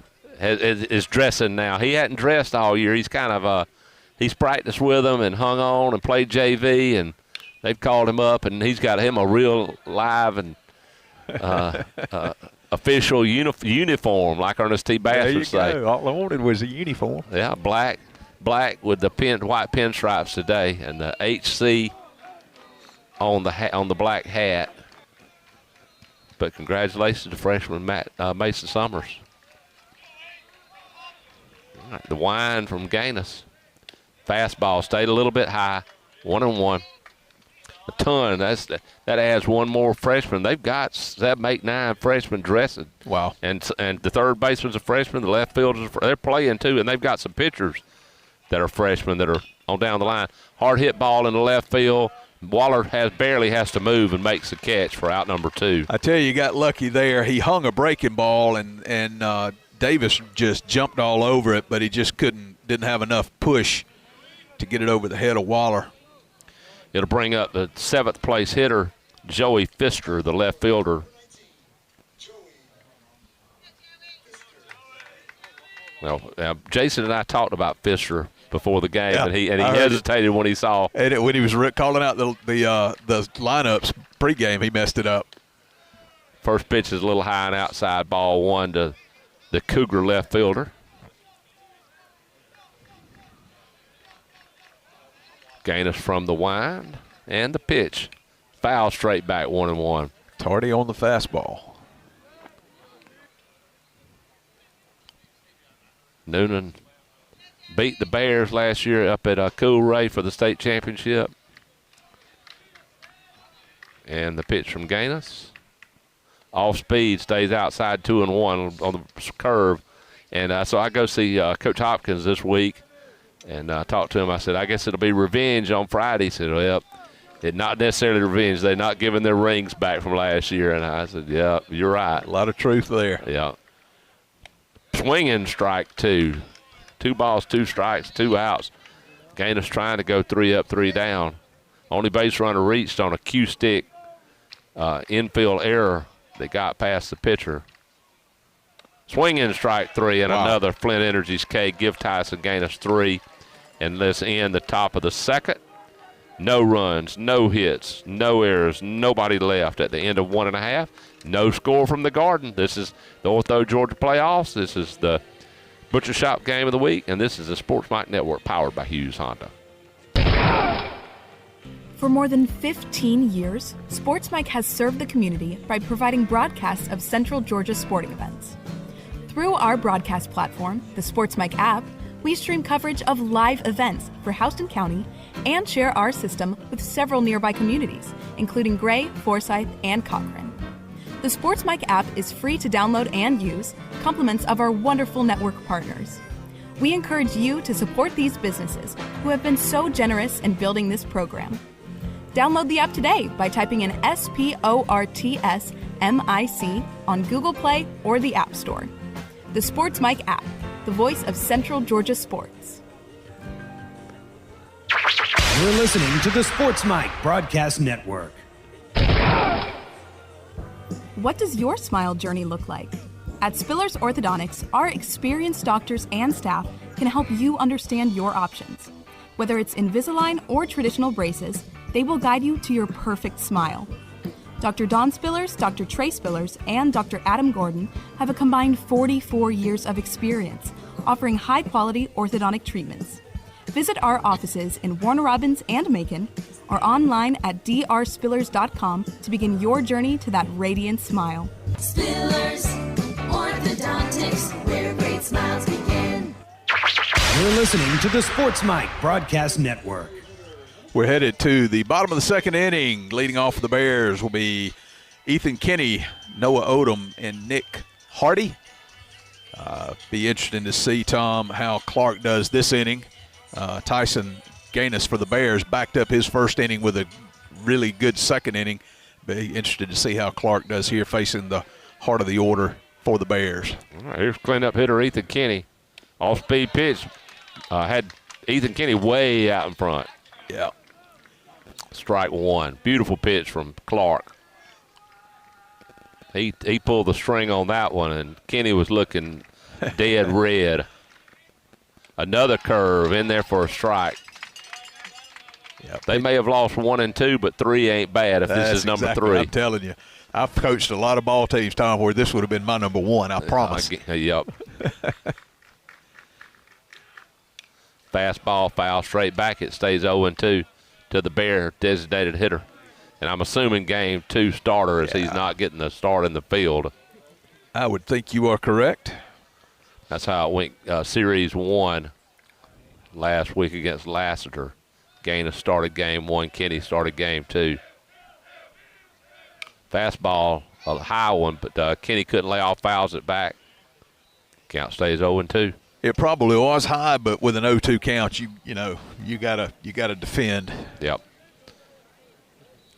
Too close to take. Yep. Probably too high to do anything with. Exactly. All right, the 0-2 pitch from Clark from the stretch. They're gonna say he went, and it's gonna be a Flint Energy's K, the second one for DJ Clark. What you think, Mr. Umpire? Well, it's one of those things that if you ask for help, the pitching side is going to say you should have called it yourself. And if you don't ask for help, then the hitting side is going to say, why didn't you ask for help? So it's a no-win situation. He didn't ask No, for he help. didn't. But that's what Coach Hopkins wanted him to do. Why wouldn't you ask for help? Because you got it yourself. I didn't think it was that obvious. Well, I didn't either. Right. And I'll tell you this. I watched him and he was looking at the first base umpire, who apparently is the crew chief. I'll expand on this in a second. Fouls. Noah Odom fouls off pitch, goes 1-1 with 1 out. He checked with the first base umpire to confirm which side he should go to ask for help. You always go to the guy on the line, and if you go to whether it's closed side or open side was his question, so it should have been to the third base side is where you actually go for help, which is backwards. Breaking ball, strike. I always thought that a right-hand hitter, you look to first base umpire. You used to, but that was a change a few years ago before I got out of it, that you go to the side, to the guy on the line, and if they're both on the line, then you go to the closed side. That's news to me. Breaking ball, call strike 3. Odom thought he was going to take it off the thigh, and it broke in there for a strike 3 and out 2. He took that one looking. That's 3 Flint Energy's Ks for DJ Clark. And it'll bring up Nick Hardy, last chance for the Bears here in the bottom of the second. No score. No runs, no hits for both sides. One man reached on an error for Newnan in the first on a little cue stick ball back that got past Tyson Gaines on the mound. Gaines, and then Gallison fielded it, made a low throw to Nick Hardy, who couldn't come up with the throw. So it was really a play that 3 people could have made, and it would have been an out if Gaines had fielded it, or if Gallison had made a better throw, or Hardy had a good chance to scoop it and couldn't pull it off. Yep. Right on all 3 counts. Yep. All right. Hardy fouls one back, 0-1. I thought last year, and I think it's an agreement among the HOCO coaches, they beat Pope in the quarterfinals. They beat Loganville in the semifinals, and I think they took a deep breath. Some of the players did. I'm sure the coaches didn't, and thought they had already gone past the strongest part of the bracket, and then got to Newnan and got their brains beat out in game 2. Hard hit grounder to second. Fielded by Moore. Moore flips over to Truitt, and it'll be 3 up, 3 down again for the Bears. We finished 2 complete here from the Garden. No score. This is high school baseball on the Sports Mike Digital Network, powered by Hughes Honda. When you're injured in an accident, it's easy to feel like you're alone, but you're not. The Dozier Law Firm will fight for you. The Dozier Law Firm are experienced personal injury attorneys, and we serve clients throughout Georgia. If you or a loved one is the victim of medical malpractice, an auto accident, or other severe trauma, call us for a free consultation. You don't pay unless we win. The Dozier Law Firm, 478-742-8441, or visit us online at dozierlaw.com. Dozier Law. When you need help, we will be there. You're listening to the Sports Mike Broadcast Network. National Exterminating offers friendly and courteous service. The National Exterminating team of registered technicians is a team that you can trust to be very professional in all your pest control needs. With over 13,000 satisfied customers, they are affordable, effective, and environmentally friendly. Pest control is their only business. Call today at 478-922-1410. National Exterminating is proud to support all Houston County teams, and good luck this season. This is the Sports Mike Broadcast Network. Welcome back to the Ortho Georgia Playoffs, the Butcher Shop game of the week. We got an 8-9-1 up for the Cougars. It's Caden Lamb, Braden Williamson, and Hayes McGinnis, and we got Bob Daughtry, my buddy, going to give you the action. Thank you, sir. First pitch in there from Gaines, right down the middle with a curveball. Gaines seems to be in control of both his pitches, his curve and his fastball. From the stretch. Ground ball, just foul, third base side. Big high hopper, what we used to call a Baltimore chop back in the day. But it went a little bit foul. Harvey playing in even with the bag. Now he's going to back up with it being 2 strikes. I guess Lamb looks like the way he was playing must be a little threat to bunt. Could be. Could be a scouting report thing for sure. 0-2 count. The pitch. Breaking ball. Down and away, eludes Raymond Bird. Colton Smith, one of my 9th grade Sunday school students at Second Baptist Church, who wants to be your second family, life group at 9 o'clock, running out to chase the ball. Breaking ball right down the chute, knee high, taken, called strike 3. what T. Cole Powell calls a mirror K. That is the 4th Flint Energy strikeout of the afternoon for Tyson Gaines. Both pitchers in command thus far. Only one base runner, as we've said, it reached on an error. Number 9 hitter Williamson climbs in, takes a breaking ball outside, ball 1. Love to see the top of the order with 2 outs, nobody on. Yes, sir. Yes, indeed. The 1-0 pitch. That's down and away fastball, not close. And this is about the first batter he's been behind 2-0 too. And it's first one he's just looked off. First one we hadn't looked like he was in command. And it may not be anything. It just may be coincidental that it looks that way. But it is 2-0, and here's the pitch. That's a fastball thigh high in the middle and swung under it. Did Williamson. Strike 1, 2 balls and 1 strike. Little surprise he had his 9th-place hitter swinging on 2-0. 2-1 pitch, breaking ball, 3-1. That was not competitive. I mean, just very, very low. Yeah, I get it, but you know how it is, and especially high school ball. I remember Gann here a couple of years ago. He batted 9th and he would rip it out of the 9-hole. Bottom part of the zone right there, over the plate, but looked at the bottom of the kneecap, called strike 2, full count to Braden Williamson. And the pitch. Line shot, right side, long run. Nice job by Noss, way in the hole between first and second base. Nicely played. 4-3 put out. Looks routine in the book. It was anything but. Looked like a base hit between the first and second baseman off the bat. I agree with you 100%. And it was slicing a little bit away from Noss as he had to go. He ranged a long way to his left. He ran a long way, but he's playing very, very deep to start with, and that helps. Back to the top of the order, Hayes McGinnis flew out to third base. Back in the first inning, first pitch.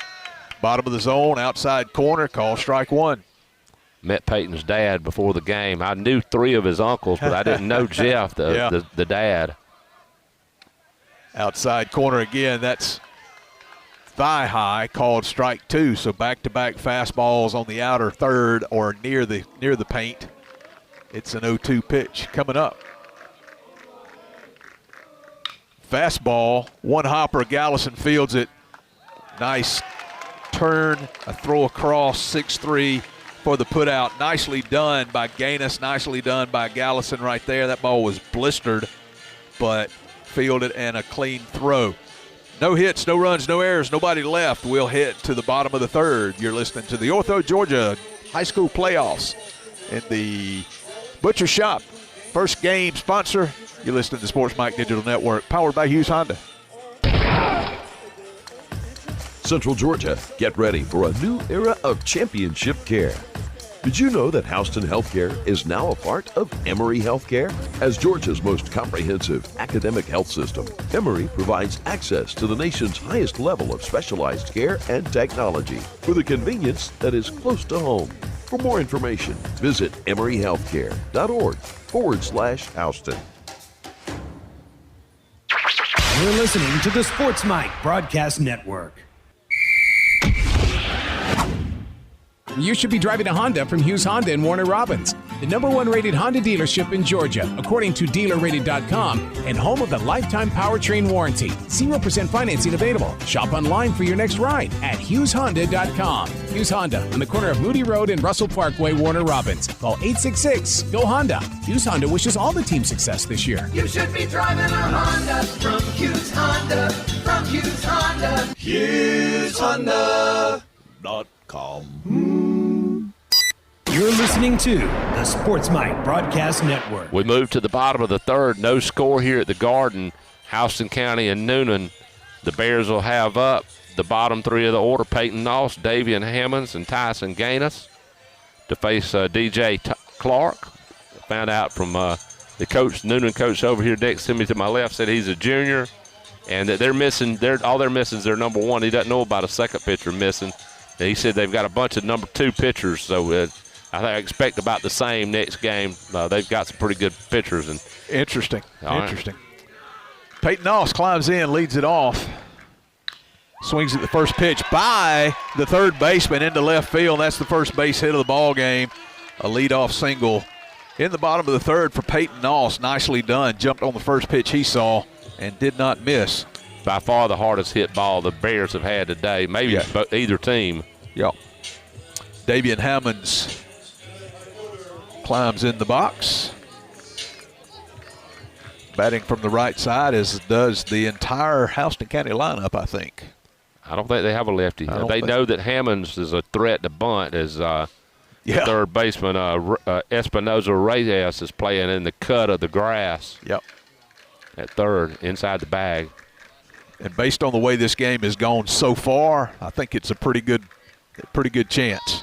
And there it is. There's a bunt on the ground. Third baseman Fields throws across. Nobody's covering third, but now the catcher and the third baseman both dash over there. Sacrifice bunt goes 5-4 on the putout. I think it's 5-4. 5-4, 5-3. I think it was 5-3. I think it was too. Yeah, 5-3 sack bunt. It accomplished what Coach Hopkins wanted to accomplish. That's exactly right. That's an out you're glad to give up right there. Peyton Noss runs at second now in scoring position for the pitcher, Tyson Gaines, batting in the 9 spot. Who's a pretty good little 9-hole hitter. Bears don't have a week out anywhere in the lineup. So first base runner for the Bears is at second base. That's a bouncing breaking ball. Oh, I didn't see it. It got away from the catcher, but it was right in line with him, went right behind him, and Coach Hopkins didn't see it quickly enough either. He didn't have a great view of it. It could have been a good dirt read and getting to third base there, but it just didn't happen. Yeah, Noss was kicking himself after it was over with, but it didn't get away far from Reed Davis. 1-0 pitch. Fastball inside corner, just above the knee, strike one. 1 ball and 1 strike. Yeah, it would have been nice to have a runner at third base with 1 out, but that's just not the case at this point. Game slows down with runners on base. Long set, look back, and the pitch. Breaking ball. Nice job right there by Davis, blocking up one in the dirt. 2 balls and 1 strike. Pitcher looks over to the dugout. Gave a little indication like he's not real sure he wanted to throw that or something. I'm not real sure what that meant, but there was an obvious conversation without words there. 2 balls and a strike to Hammonds. I'm sorry, to Gaines. And the pitch. Ground ball, shortstop. Moves the runner to third. And shortstop can't handle it out there. Williamson fielded it and then bobbled it, trying to transfer to his throwing hand. Noss advanced on contact because the ball was hit behind him. He went to third, and Gaines is going to wind up at first base, reaching, I'm calling that an E6, Tom. Yes. And the Bears in business now, runners at first and third, and they do get Noss to third base with just 1 out. But now with the leadoff hitter, the top of the order coming up in Caden Harvey. Number 20, Braylon Talib, pinch courtesy running over at first. Runners on the corners, 1 out. It'll bring up the top of the order with Caden Harvey, and the Bears have their first threat of the day.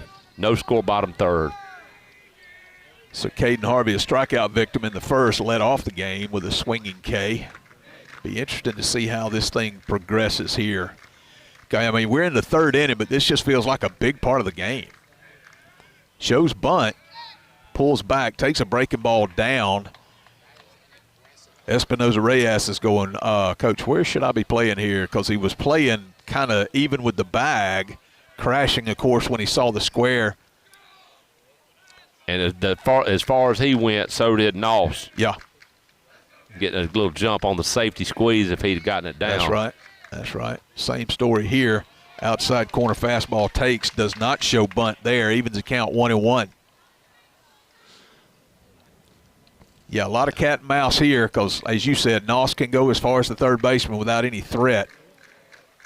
I mean, it's a big spot, no score. I mean, it's every run is huge at this point. A bluff throw to third there, which is not a balk.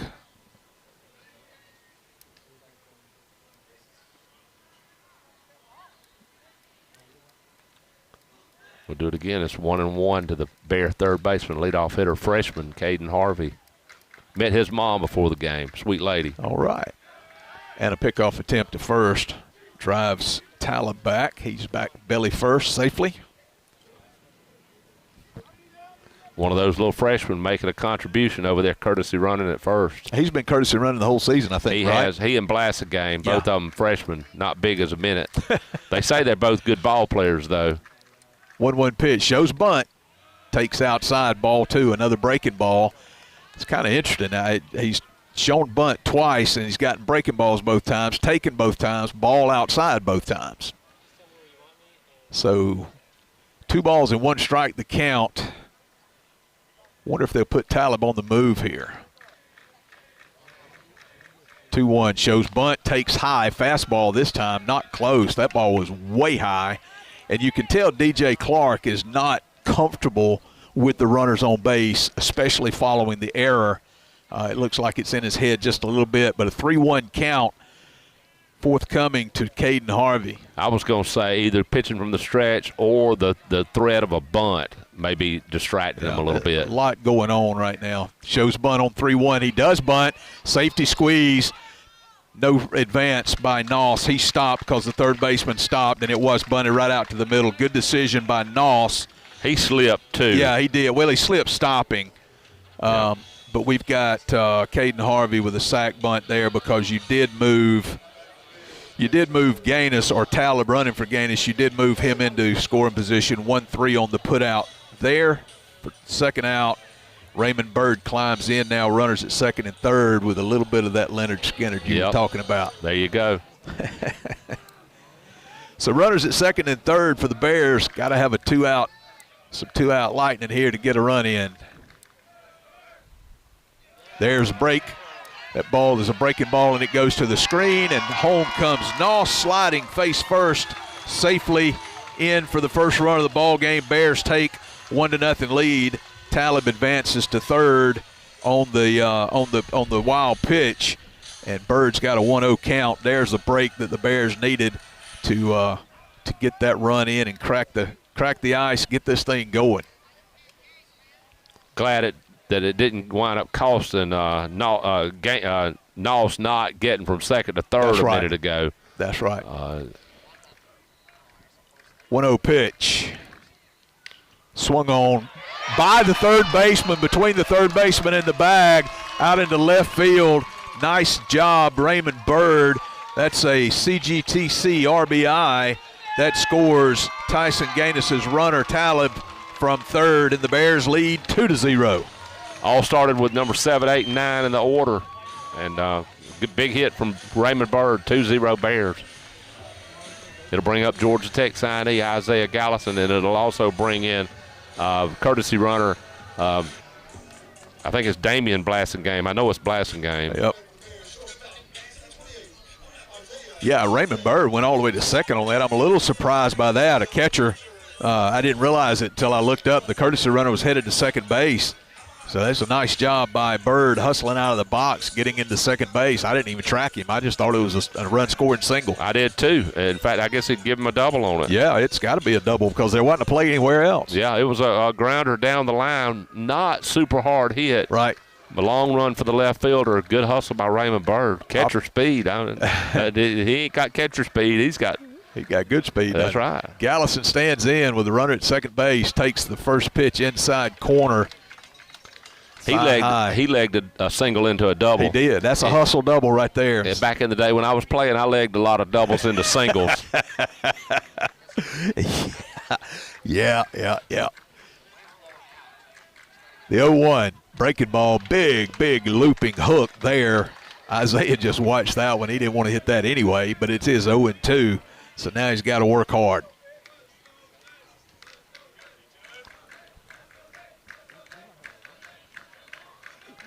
Time is called. Isaiah asked for and was granted time.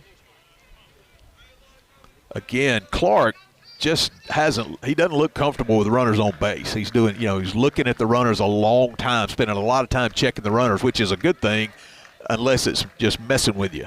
He looked in complete control first two innings. Oh, gosh, yeah. 6 up, 6 down. 0-1 Fastball smoked Isaiah Gallison right there. Good heat. That is the fourth Flint Energy's K of the afternoon for Clark. Down go the Bears, but not before scoring a couple. They take a 2-0 lead after 3. We'll head to the top of the fourth. You're listening to the Sports Mike Digital Network, powered by Hughes Honda. Ortho Georgia's walk-in orthopedic urgent care centers are open from 7:30 a.m. to 7 p.m. Monday through Friday and from 9 a.m. until 1 p.m. on Saturday. No appointment necessary. Forget about the long wait in the emergency room or urgent care facilities. Ortho Georgia's walk-in orthopedic urgent care centers are available on Northside Drive in Macon. Call 478-750-2803 and on Margie Drive in Warner Robins. Call 478-333-5960. Ortho Georgia, your choice for orthopedic excellence. You're listening to the Sports Mike Broadcast Network. This is the McCullough Funeral Home mid-game recap. Houston County 2 runs on 2 hits. They've committed 1 error and left 1 runner on base. For Newnan, no runs, no hits, 1 error, 1 left on base. We've completed 3, and it's 2-0 Bears and a big Raymond Bird hit, and got a CGTC RBI and a wild pitch. And the bottom of the order sparked the lineup in the 3rd, and we'll see if we can't keep going in the 4th and keep Gaines putting up zeros on the top side. And Bob Daughtry, my buddy. Thank you, got sir. the play-by-play. We got to get through one more full inning. I'm starting to feel some raindrops, Tom. Yep, I felt a drop or two. Right. It's next to nothing, but it's something, because I think the sooner it gets here, the more it's going to be here. I've got my cover, but it's not raining hard enough to pull it out yet, but it's definitely in sight. First pitch to Espinoza Reyes was a curveball outside for a ball, and then he follows that up on the 1-0 with a fastball inside corner at the knees, evens the count 1-1. The third baseman hits second in the Cougar order. Breaking ball swung on and missed there. He was badly fooled on that pitch. He was looking fastball all the way there and got a good breaking ball from Gaines and just made him look bad. 1 ball and 2 strikes to Espinoza Reyes.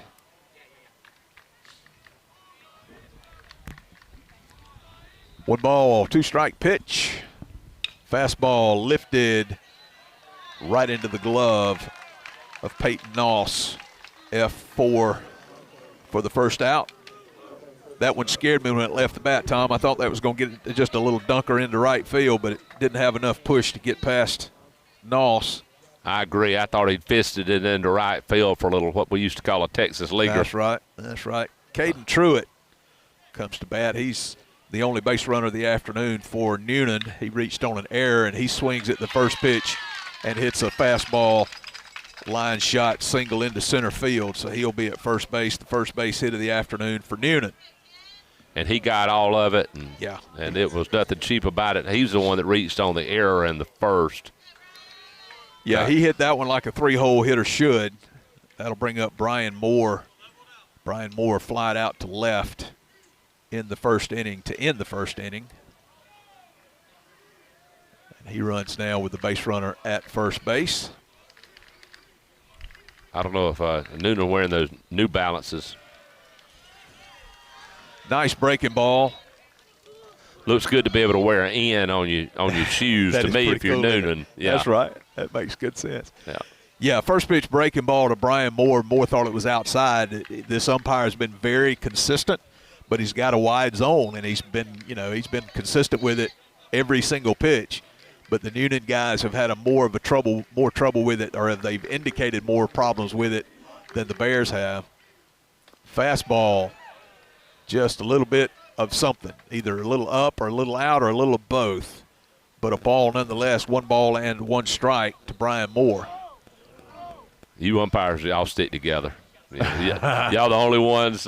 Nobody else is for you. You got to hold on to your partner. Listen, I'm scared to death for these guys because at any instant, this thing could just go right off the rails, and there's nothing you can do but live with it.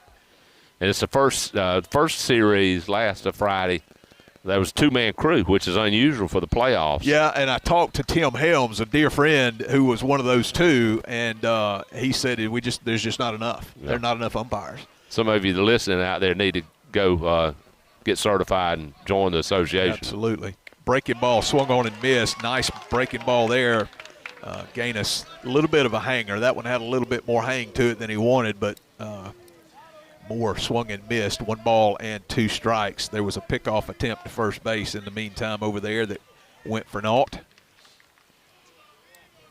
So Moore looking at a 1-2 count and the pitch. Fastball down, but swung on, foul out of play out over the hitting facility toward the soccer pitch.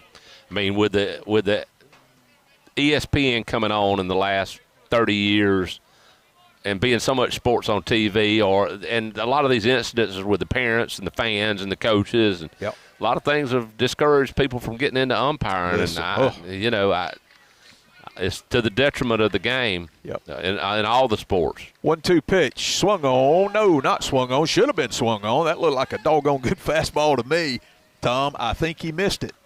It was the inside corner. It looked like he got it in that's the a good corner. pitch. 2 balls and 2 strikes. It could have been inside. I don't know. We can't see the corner, but, boy, that was a good-looking pitch. Sweet girl walking past us with an Auburn sweatshirt. I don't know her, but I know her by what she wears. That's right. 2-2 pitch. Breaking ball swung on, foul back. Count remains 2-2. The drops are becoming a little bit more frequent. Yes, they are. I could see about 20 little microscopic dots on the iPad. Yep. I'm seeing them on my ink where I'm writing in my book. That's your Spiller's Orthodontics weather report where great smiles begin. In-game weather report. It's drizzling a little bit. Yep.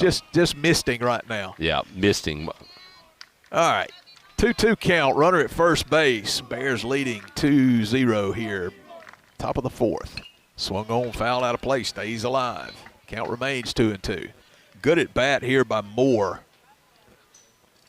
He's the cleanup hitter for the Cougars, so he's more than likely got a really good bat for a team the quality of Newnan.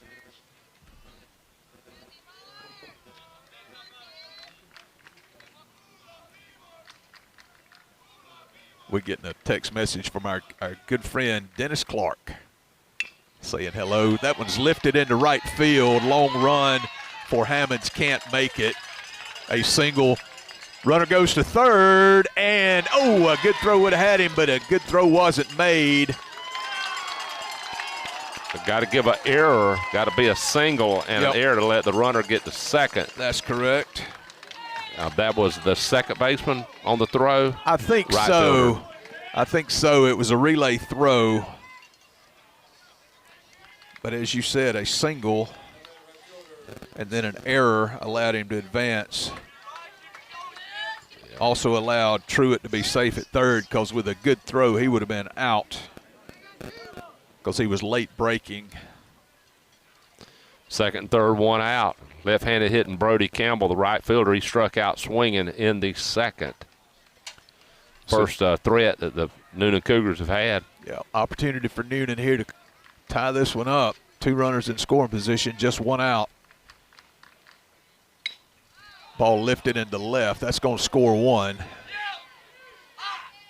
Catch made out there by Waller. Runners advance home and to third. So the Cougars are on the board. Truitt comes home on the sac fly by Campbell. Sac F27. TC RBI for him. And Brian Moore advances to third as that ball was hit deep. It wasn't hit that hard, but the wind as Davis climbs in now. 2 outs for 1 Bears lead. Newnan still batting here in the bottom of the top of the in the second inning. 1 pitch. Breaking ball lifted. Foul territory. 4th. Bears lead 2-1. We'll head to the bottom of the 4th.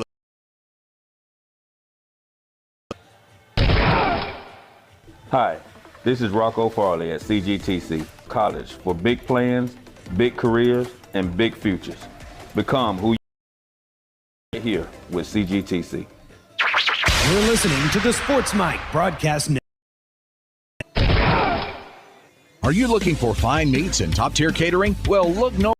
Here at the Butcher Shop, it's all waiting for you. We specialize in fresh, grade A meats, chicken, pork, Made sweets. Our prices are as good as any supermarkets in the area. And let's not forget, service is still second to none. So stop by and see David and Amy Dean along with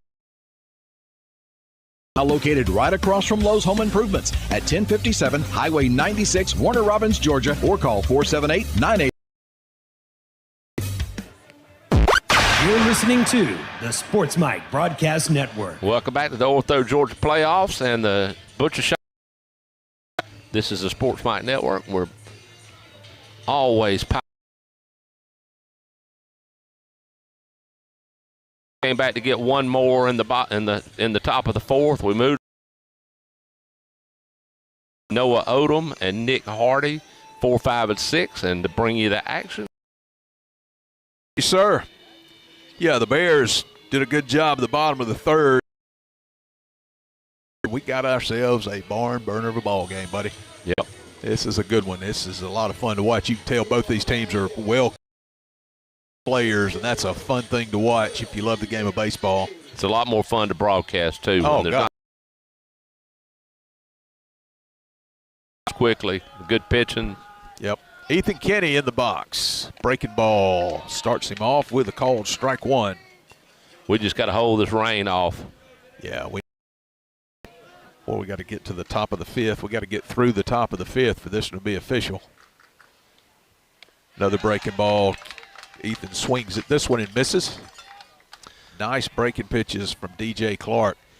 And Ethan calls timeout, take a walk, because he was fooled by the first one and missed the second one badly. I'm going to get us a Spillers Orthodontics weather report here. Yeah, I don't know if Coach Hopkins called Ethan down or if Ethan called Coach Hopkins down, but they had a nice little conversation down there.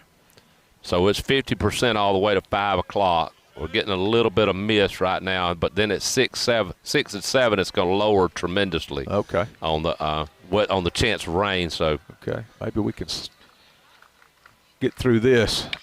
Fastball swung on, lifted right field. Campbell in his tracks. He ran about 50 yards and wound up in the same spot he started, but an F9 for the first out of the bottom of the fourth for the Bears. That'll bring up center fielder Noah Odom. Noah Odom struck out in his previous plate appearance back in the second inning. He's really come on and had a good second half of the season at the plate. Had a big home run last week. I was listening to you guys whenever he hit that. National exterminating home run. A national exterminating home run. We don't want all the business, just yours. That's right. Breaking ball low. Fastball, low but called a strike. I don't think Odom liked that one a lot. No, I don't think I like that one a lot either, to be honest with you. 1 ball and 1 strike. And the 1-1 pitch. Breaking ball. 2-1. That one did not find the plate. Odom was flinching to take one off the hip, and it broke inside and missed him. That's right. 2-1. And he tried to check his swing, and the ball found the bat. Foul territory, 2 balls, 2 strikes. He's showing that was a changeup.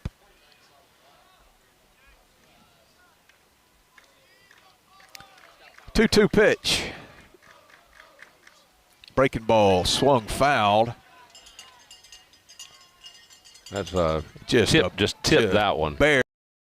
That's right. Noah Odom stays alive. He confirmed much of it, but he got enough of it that it deflected and hit Davis in the thigh. But he's all right. 2 balls, 2 strike count. Long look in this time from from Clark. They're playing Odom deep in center and deep in left. Little less deep in right. Yep. Odom calls time and steps out, takes a little walk, climbing back in now, and the foul away. 2 balls and 2 strikes again. Yeah, correct me, Tom. Noah hit the hit a home run that ended game 1, right? Walked it off with the run rule or something, right? He was part of that inning. Okay. I don't know if that was. I can't remember either. Let's see. I know he hit a big one right at the end of game 1 last week. 2-2 pitch. Fastball gassed him outside corner, swung on and missed. Down goes Odom for the second time of the afternoon. That is the 5th Flint Energy's K of the day for DJ. He hit a 3 GTC RBI, National Exterminating Home Run, 5th. He really got it going and then spread out the lead. I remember it was late when he hit it. Yep. Nick Hardy climbs in.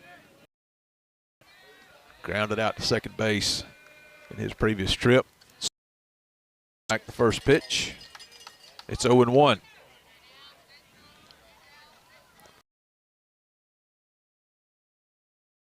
Two-one. Trying to advance to play the winner of and I think Woodward Academy, I think. That is correct. I know it's Woodward. I'd forgotten Habersham, but you're right about Woodward. And Woodward would It's all, they've already won the coin flip. Bears are on the road if him, I think, is a number 2, so they would have to come here. Travel. 1-2 the count. To throw at 108 miles an hour and couldn't quite get the speed, but he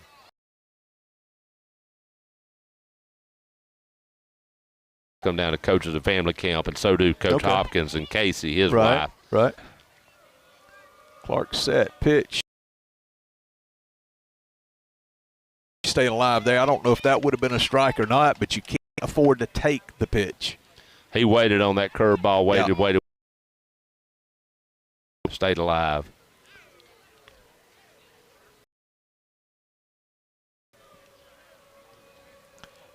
And the next 2-2 pitch. Breaking ball, got him. Swung on and missed. Flint Energy's K of the afternoon for DJ Clark. Down go the Bears. No score, no runs, no hits, no errors in the 4th. But the Bears lead 2-1, headed to the top of the 5th. You're listening to the Sports Digital Network, powered by Hughes Honda. Best Value University in Georgia, Middle Georgia State University. We have a wide variety of high-quality undergraduate and offered at the lowest tuition rates in the state. Offering programs on 5 campus locations as well as online, our degrees can lead to career fields such as business, information technology, nursing, computer science, and more. Learn more at mga.edu. Listening to the Sports Mike Broadcast Network.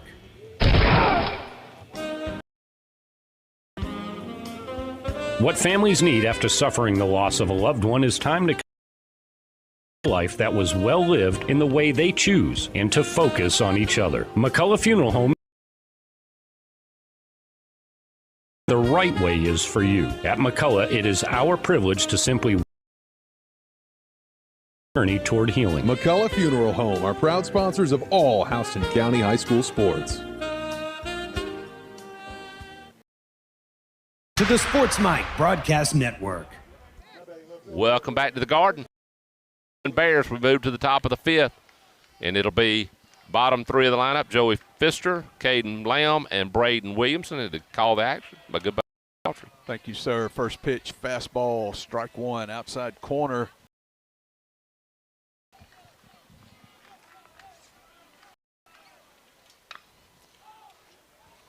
The 0-1 is lifted center field. Long run back toward the wall for Lance. The catch.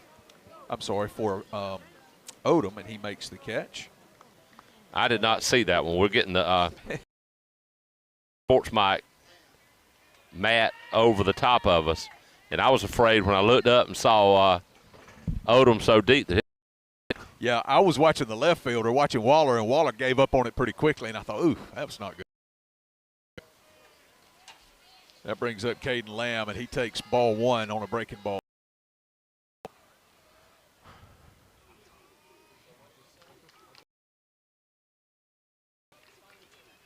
Fastball, gas right there, missed him.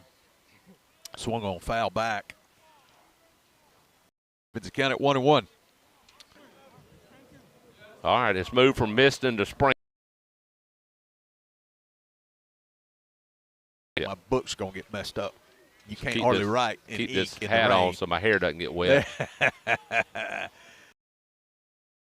That's right. There you go. Foul out of play. 1 ball and 2 strikes. All 12 of them I have to shave on Sunday morning before I go to church. Moody Road. Second Baptist Church wants to be your second family. Life group at 9. On Sunday, raising some camp funds. Do it, boy. Trying to send some teams to basketball camp and softball camp, volleyball camp, coaches ahead. 1 and 2. Outside corner off the plate. 2 balls. At the knees and out there where this umpire kind of likes them. 2-2. Ball, nice job by Lamb staying back there, fouled it out of play. Spoiled a good pitch.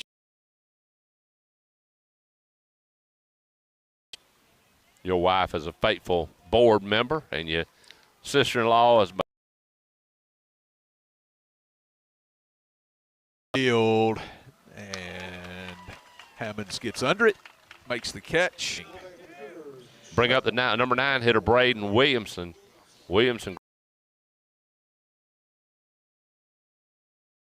top of the 5th. Yeah, he hit a ball that we were both thinking was going to be a ball, and a nice play by Noss to get over there and field it and throw him out. Fastball outside corner, checked his swing, but it was a strike nonetheless. Defensive play of the game, that would have been it for the Bears. To this point, it's that one's low and away. 1-1.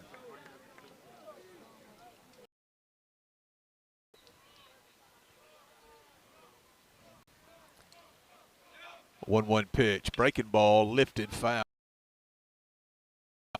1 and 2.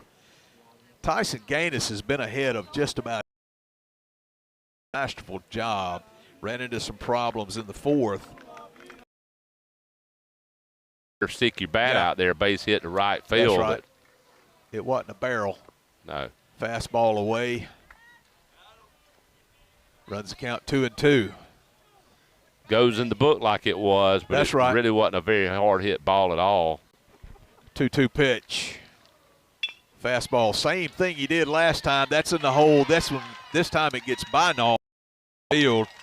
So we spoke that into existence. I'll stop talking about it.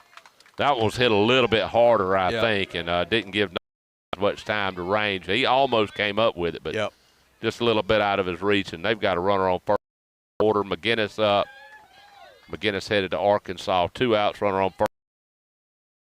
1, top 5. McGinnis is flied out to third base, grounded out to shortstop. Good looking, big young man. That's a great breaking ball to start him off right there. Strike 1 taken. McGinnis is he's not 6'5", but he's right at 6 foot tall, and he's thick. He's some kind of well put together. Forearms on him, yes, you he can does. tell. Gaines comes set, looks at the runner and steps off. Now we're back reset. Runner takes his lead from first. Gaines with a long look in, and now the batter asks for time and is granted time by the home plate umpire.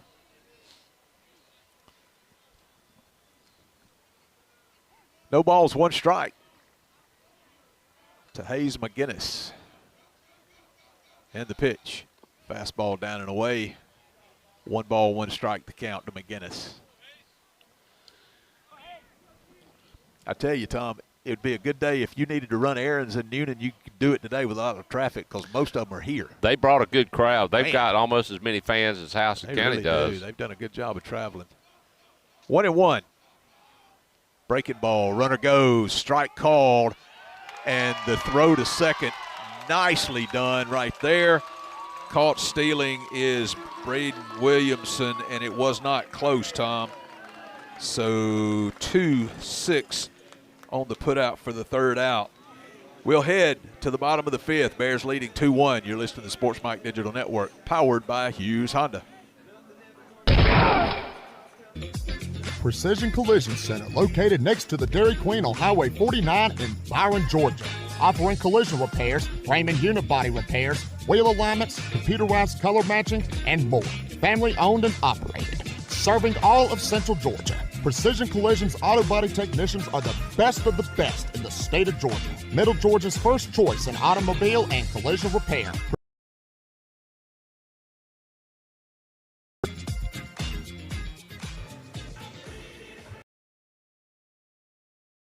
Broadcast Network. Being there every minute. As your Touchstone Energy Cooperative, it's not just our way of doing, providing the energy our community relies on every day. And as a Touchstone Energy price on,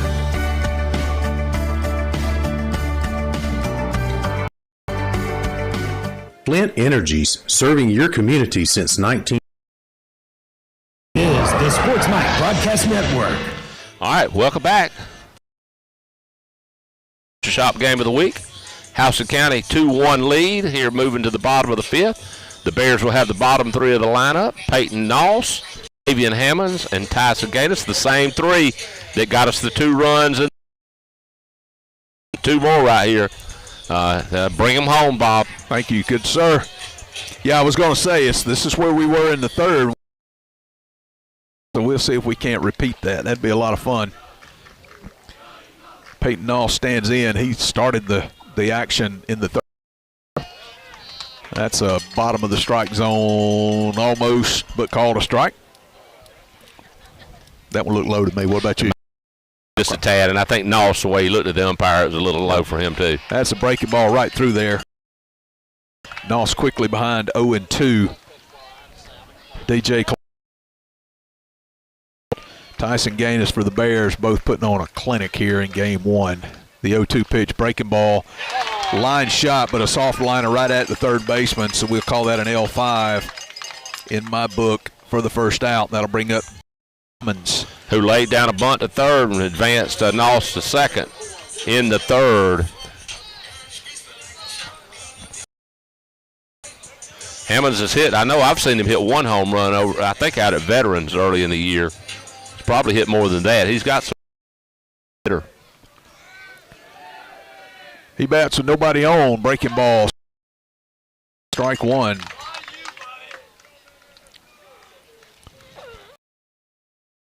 Said y'all are a little hot. We need to get some base runners on. Clark did not look as comfortable with base runners. Ooh. Did he call there? He called a strike. It was a breaking ball. Looked a little low and inside the middle. It's 0-2 to the right field Bears. The 0-2 pitch. Breaking ball. He tried his best to get hit by that one. He almost threw his leg out there. Wanted to take that one off the back of the thigh, but it missed him. Yep. I think Tom. Fastball strike, called strike 3. That is the 7th afternoon for Clark, if my accounting is correct. You are correct. It'll bring up Tyson Gaines, the Bear pitcher.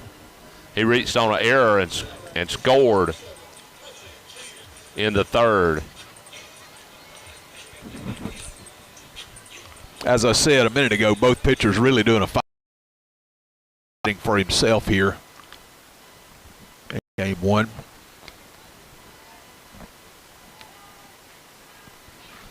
Hopefully we dodged the bullet with it. Stop move coming. Right. 2 outs, nobody on to Gaines. He swings at and misses the first pitch, 0-1. Wind is picked up. Biked 59.5 footer. Ball 1 and 1 strike to count.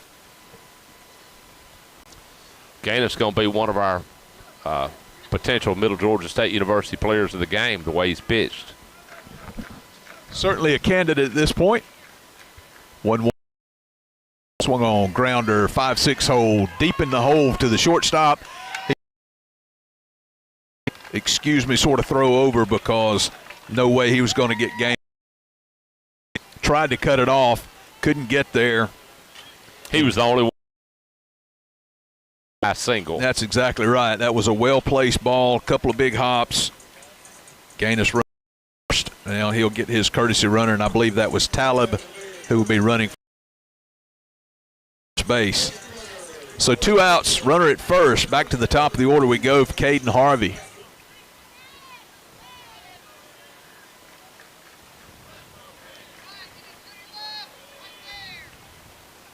Defensive adjustments made from the Newnan dugout.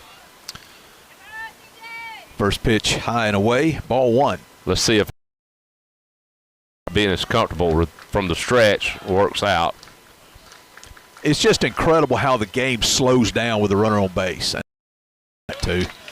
Breaking ball right through there for strike 1. Didn't like it, but it was a good pitch, and I think he knew that. He just didn't want to swing at it. Clark set, checks the runner, checks him again, and the pitch. Another breaking ball. That was on the outside corner. 2 good breaking balls in really a row. Good pitches. And right,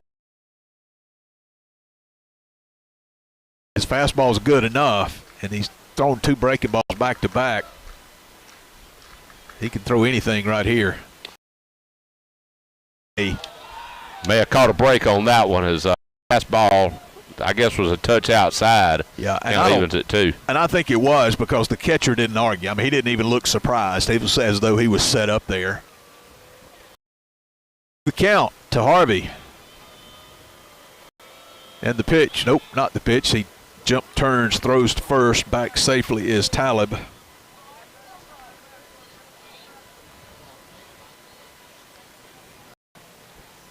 My dad calling me, Tom. He has no idea we're doing radio right now. The 2-2 pitch stays high. Count goes full. He'll definitely be going with 2 outs. Yeah, in the full count. Early and get picked off. That's normally not an issue, but I promise you he was reminded of that. Full count pitch. On the way, breaking ball lifted right side over and makes the catch. That's Truitt, F3 for the 3rd out. Bears go down. No runs, 1 base hit, no errors, and 1 runner left. We'll head. Sports Mike Digital Network, powered by Hughes Honda. Hey, sports fans, this is Pastor Jim Perdue from Second Baptist Church. We're located at 2504 Moody Road, and we'd love for you to join us on a Sunday. Groups and 10:30 a.m. for worship. You can find out more information on our website, secondfamily.church. That's secondfamily.church. Our prayers and support go out to all the coaches and athletes for a safe and successful season. From Second Baptist Church, your second family. The Sports Mike Broadcast Network. For more than 50 years, Sports Mike has served the community by providing broadcasts of Central Georgia sporting events. Through our broadcast, we stream coverage of live events for Houston County and share our system with several nearby communities, including Gray, Forsyth, and Cochran. The Sports Mike app is free to download and use of our wonderful network partners. We encourage you to support these businesses building this program. Download the app today by typing in SPORTSMIC on Google Play or the App Store. The Sports Mike app, the voice of Central Georgia sports. You're listening to the Sports Mike Broadcast Network. It's 2-1, headed to the top of the 6th. Bob Daltrey with Tom Mobley from the Garden. Bears leading 2-1, as I said. Newnan coming to bat here, top of the 6th. Hayes McGinnis was in the box when the runner was thrown out for the 3rd out. And, Tom, we got us a 2-1 lead here. Close it out for us, buddy. All right, top of the order for Newnan.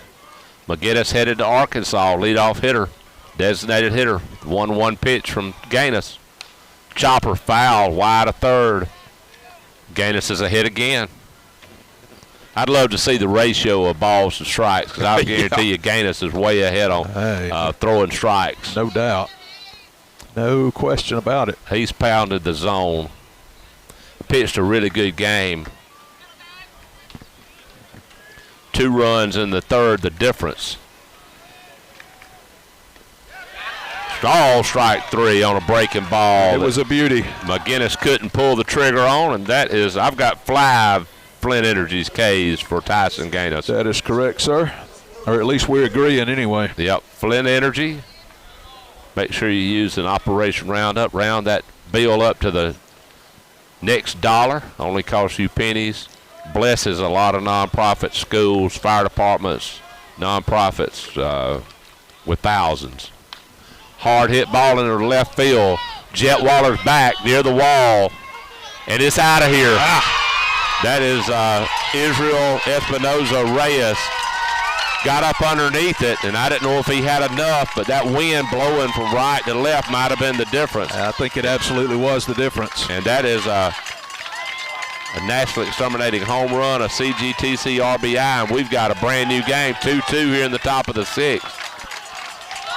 Yeah, I tried to wheel that one in. I pointed up to indicate fly ball, but once it got up there in the jet stream and that wind, it was just perfect for the angle that it had, and it carried it just out of the reach of Waller over the left field wall. Yep.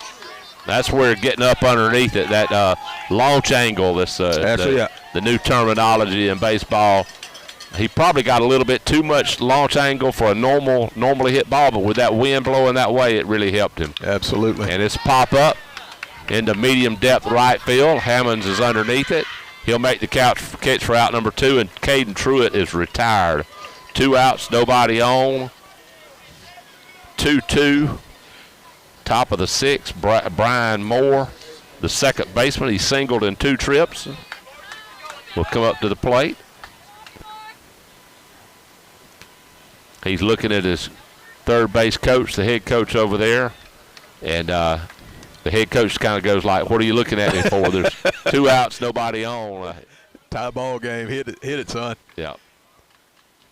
Fastball foul straight back. Gaines ahead again in the count.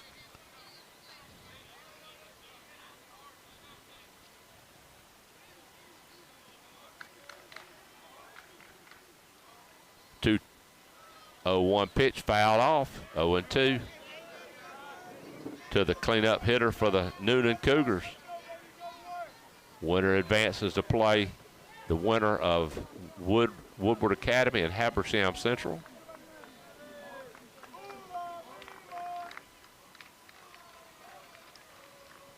Fastball, a little low and outside, 1-2. I was good friends with the grandfather of 2 of the players on the Habersham Central team, so I'm a little partial. Not only would they come here if Houston County won, but I'd get to see their mama, who played softball at HOCO. Okay. Pitches low, 2-2. My buddy Ben Atkinson passed away from pancreatic cancer a few years ago. One of my best friends from the big metropolis of Blakely, Georgia. I know where it is. Yep. The 2-2 pitch from Gaines. Off speed, stays low and outside. Count goes full to the Cougar cleanup hitter. Brody Campbell's on deck. He had a CGTC RBI in the 4th on a sac fly to left. Breaking ball, doesn't break. And I believe that's Gaines' first walk of the game. That's the first walk, period. Either side. That says a lot for the pitching. It absolutely. That was kind of my point, was both pitchers have just been phenomenal today. Yeah. It'll bring up Brody Campbell. 0 for 1 with a CGTC RBI. He bats left-handed, plays right field for the Cougars. Moore with his lead over at first. Gaines from the stretch, throws over. He's back.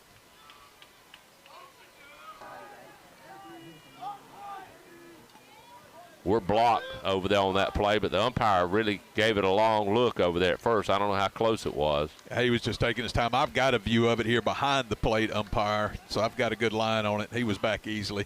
He throws over again. They must be, Moore must have good speed.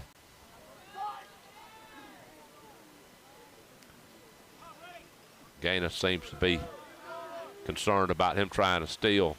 Well, I tell you, as far as the number 9 hitter was thrown out earlier. Swinging, foul tip strike into the glove of Raymond Bird. I'm a little skeptical that they would try to run again in this situation. I mean, they might if this guy's got burner speed, but I don't have any idea. Bird's got a good arm, and he's got a good pop time. Well, that's what I mean. When Braden Williamson tried to steal second base in the 5th, he was thrown out by 5 feet.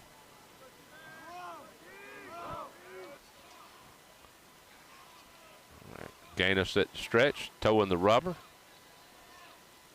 Campbell digging in from the left side of the plate. Fouls it back, and Gaines is ahead 0-2. Again, we've said that a lot today, hadn't we? Yeah.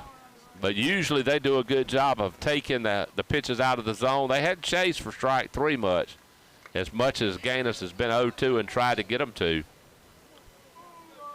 And has thrown some competitive pitches at times, 0-2.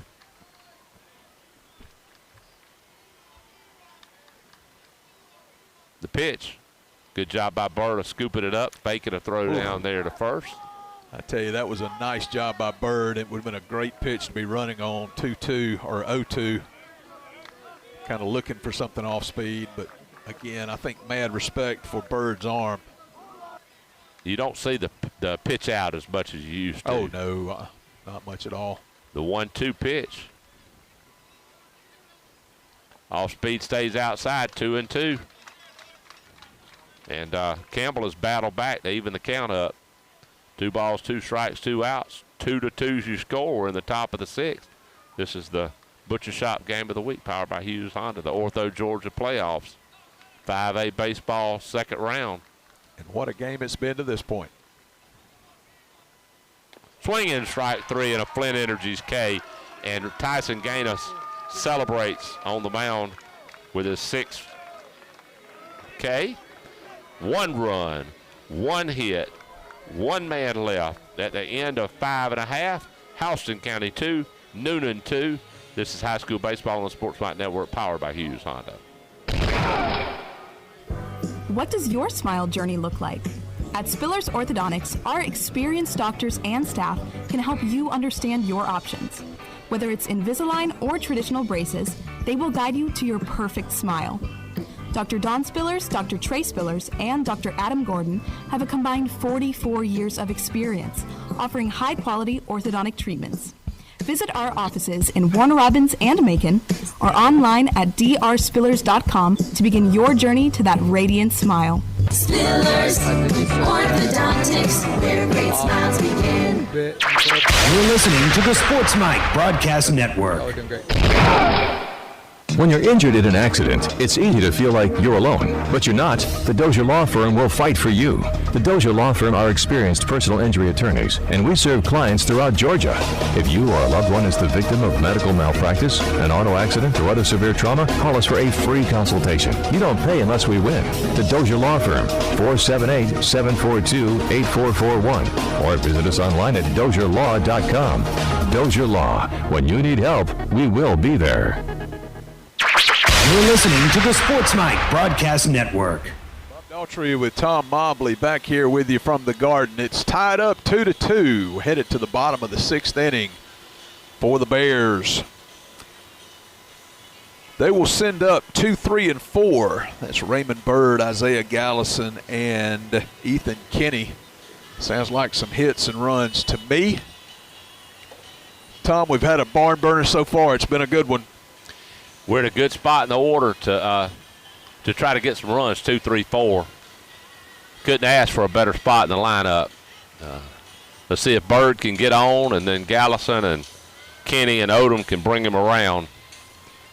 Bottom 6, 2-2. 4 hits apiece according to the scoreboard, and I've got 3 hits for the Bears instead of 4. Yeah, that's me too. I got 3 hits for Houston County. Yep. All right, Bird digging in.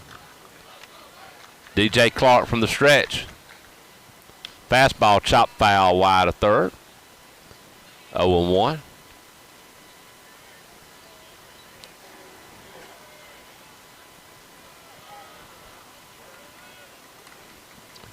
All right, Clark toe in the rubber.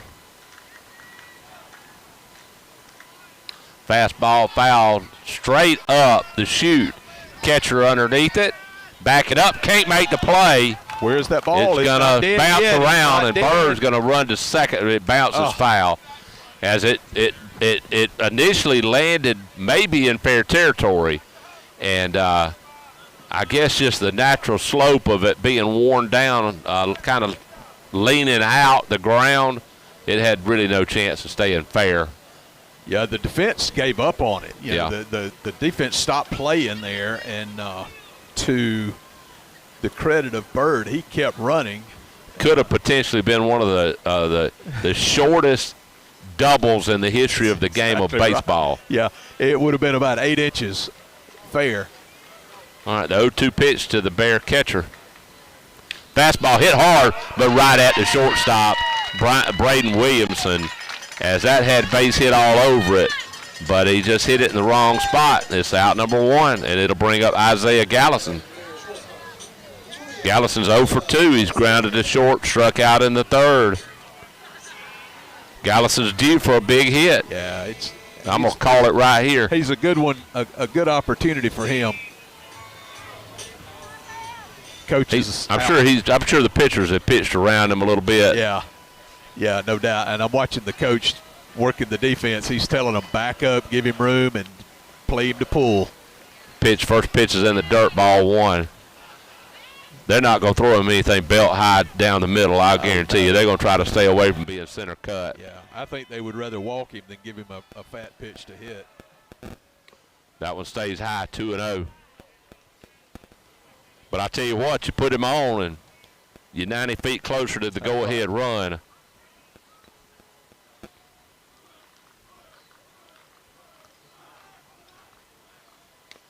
Fastball almost hit Isaiah. 3-0. All right, what do? You got your best hitter up there, your Georgia Tech signee. I'm taking. You're taking? Yeah, top, bottom of the 6. If it's the first, second, third, Sure. maybe I'd give them the swing. Or if we had a lead already. Yes. But in this spot, I got to take. Fastball, and Isaiah Gallison's going to walk, and the go-ahead run reaches first base. And hopefully the Bears are in business. It'll bring up designated hitter Ethan Kinney. He's 0 for 2. He struck out in the second, flew to right in the fourth. We're going to get a mound visit, and we're going to get a break on the Sports Mike Network, powered by Hughes Honda.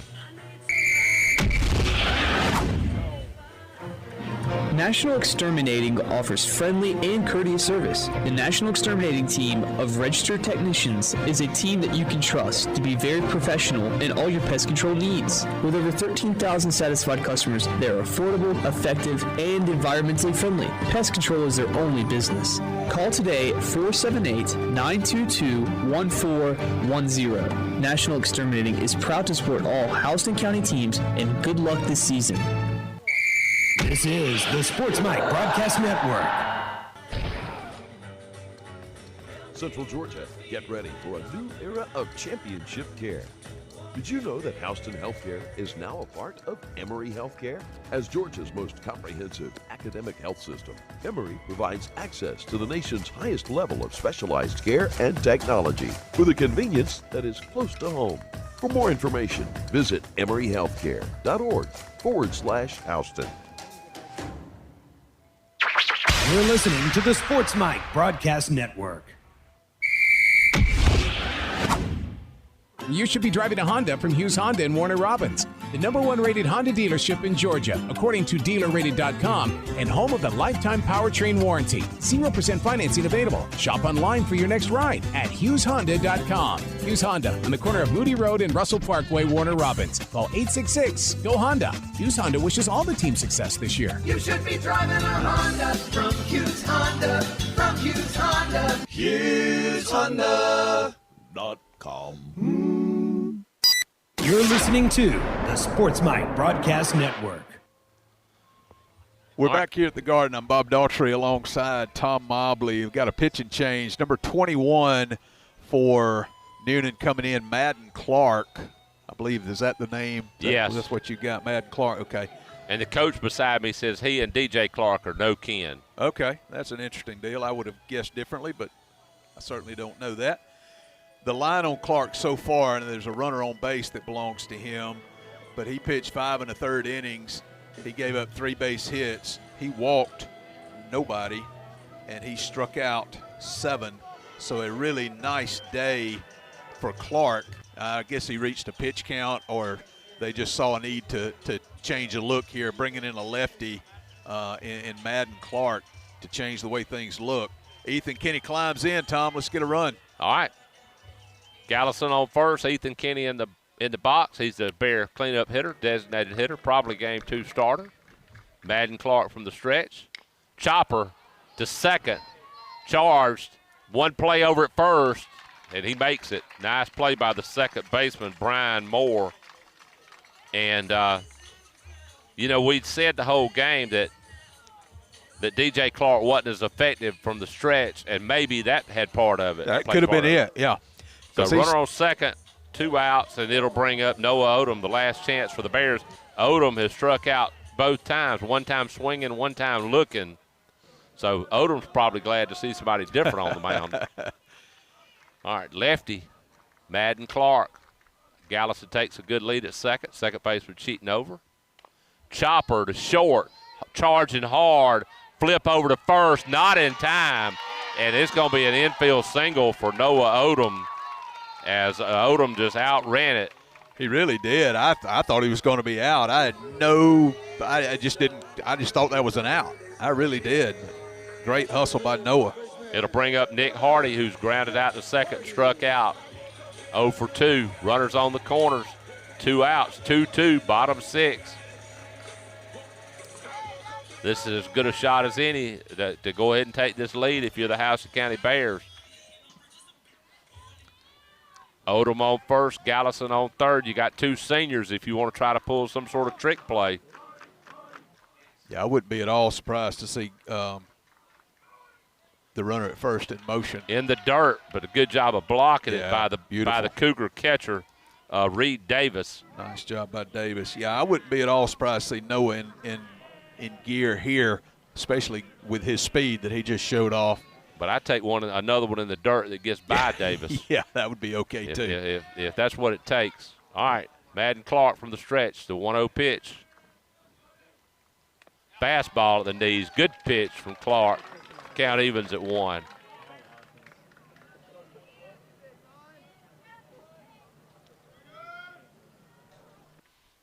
A walk and a infield single, and the Bears are in business here with 2 outs in the bottom of the 6th. Runner's going. Runner's trying to steal home, and he's going to be out. Yeah, Gallison tried to steal home with the pitcher holding the ball on the mound. And the runner took off from first, and I guess Gallison took off a little bit too soon. Yeah, we called it. Yeah, that's a little trickery there. The runner from first breaks towards second, falls down, tries to get the pitcher to take the attention over there. Coach Hopkins not real happy with some of the conversation out of the Newnan dugout there. Let's get a break on the Sports Night Network, powered by Hughes Honda. Ortho Georgia's walk-in orthopedic urgent care centers are open from 7:30 a.m. to 7 p.m. Monday through Friday and from 9 a.m. until 1 p.m. on Saturday. No appointment necessary. Forget about the long wait in the emergency room or urgent care facilities. Ortho Georgia's walk-in orthopedic urgent care centers are available on Northside Drive in Macon. Call 478-750-2803 and on Margie Drive in Warner Robins. Call 478-333-5960. Ortho Georgia, your choice for orthopedic excellence. You're listening to the Sports Mike Broadcast Network. Hi, this is Rocco Farley at CGTC. I'm the 2024 Instructor of the Year for the Technical College System of Georgia. As a CDL driver and instructor, I spend my days in big trucks, on the road, listening to the radio. CGTC is here for you. We have big-time programs in nursing, aviation, commercial truck driving, and many more. CGTC is your college for big plans, big careers, and big futures. Become who you want to be, right here with CGTC. You're listening to the Sports Mike Broadcast Network. Headed to the 7th. Bob Daughtry with Tom Mobley at the Garden. Tie game 2-2. Headed into the deal here. Bears need to hold them here and win it with a walk-off in the bottom of the 7th. Tom, let's see if we can't get 3 outs in a hurry. All right, it'll be 6, 7, and 8. Reed Davis, Joey Pfister, and Caden Lamb. First pitch from Gaines. Strike at the knees, at the belt. According to my book, Gaines has got a 4-hitter going, has given up 2 runs. From the wind, breaking pitch, strike. He's a hit 0-2 again. Davis is 0 for 2. He popped to left, and he popped out to first. Need to keep this first man off base. Fastball chopper down third base line, just foul. Close the book on Clark from the last inning again. 5 1/3, 3 hits, 2 runs, 1 walk, and 7 strikeouts for DJ Clark. Okay, Davis digging back in. The pitch, breaking ball, stays high. That was one that Mr. Davis was looking to take off the shoulder. That's exactly right. Both teams begging for a hit by pitch in a tight 2-2 game here at the top of the 7th. Fastball, strike 3, looking at the belt. Wow. He may have thought it was a touch high. Gaines with his 7th Flint Energies K.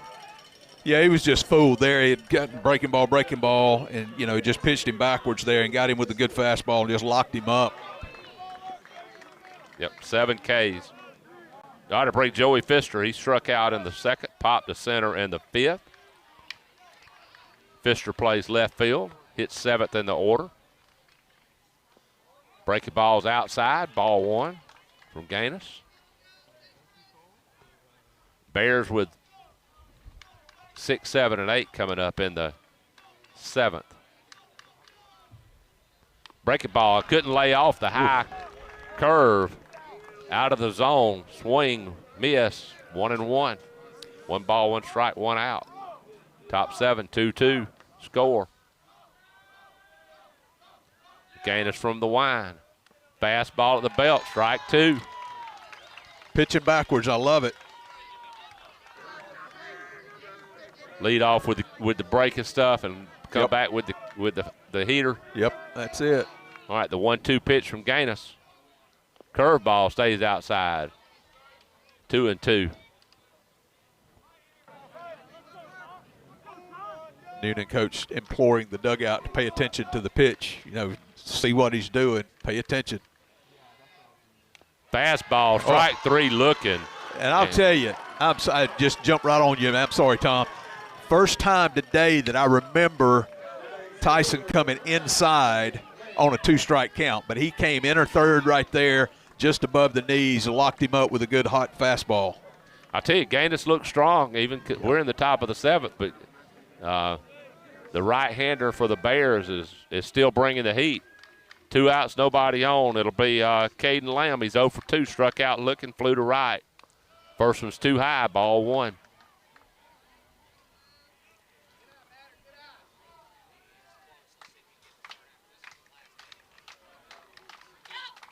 Breaking pitch stays high, 2-0 to the Cougar center fielder. Yeah, I don't even remember what the pitch limits are these days, Tom, but the Tyson's, in his 7th inning of work here. You wonder if it goes extras, where we will go next. He's been very economical, getting ahead in the count, not walking many. He turns and shows bunt, takes a strike, 2-1. I don't know that was an odd-looking bunt attempt look from the hitter. Fastball swung through it, 2-2. Gaines has battled back, evened up the count.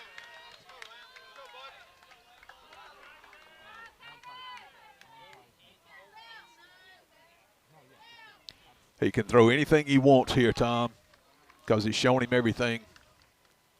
Breaking ball stays low. Bird does a good job of catching it.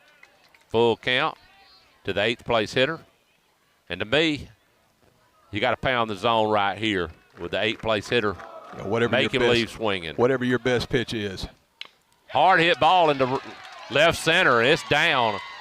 Odom gets over. He's turning, going to second. The throw coming in. Close play. He's safe. Rally. Threw it to short to Gallison to second. And Noss thought he had him. It was a bang-bang play for sure and a good hustle double by Caden Lamb. It was a good hustle double, but I'm telling you, I had him out as well from here. Now, I'm a long way from second base, but I was looking right down that line with him, and I thought Noss put the tag on him. Coach Hopkins out to have a conversation. He's not going to win. He's not going to argue. He's just going to go out and say, look, I think you missed that, but there's no help or anything else. Nothing can change the outcome of the call. He's telling his outfielders, just chill out, keep playing ball, don't worry about it.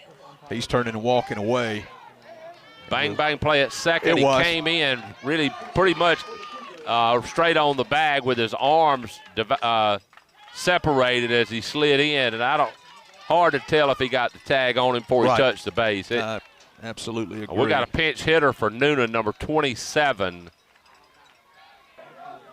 I'll get us a name there. He's a right-hand hitter. Offensive guard looking, one technique looking guy. That is Evan Russell. Evan Russell. Evan Russell. Hitting for Braden Williamson, the number 9 hitter. Big spot right here for Tyson Gaines with the go-ahead run at second base here in the top of the 7th. Bird does a good job of calling time, going out and talking to him, make sure they're on the same page here. You got a pinch hitter. He's in the 9 hole, top of the order coming up. You want to get this guy right here.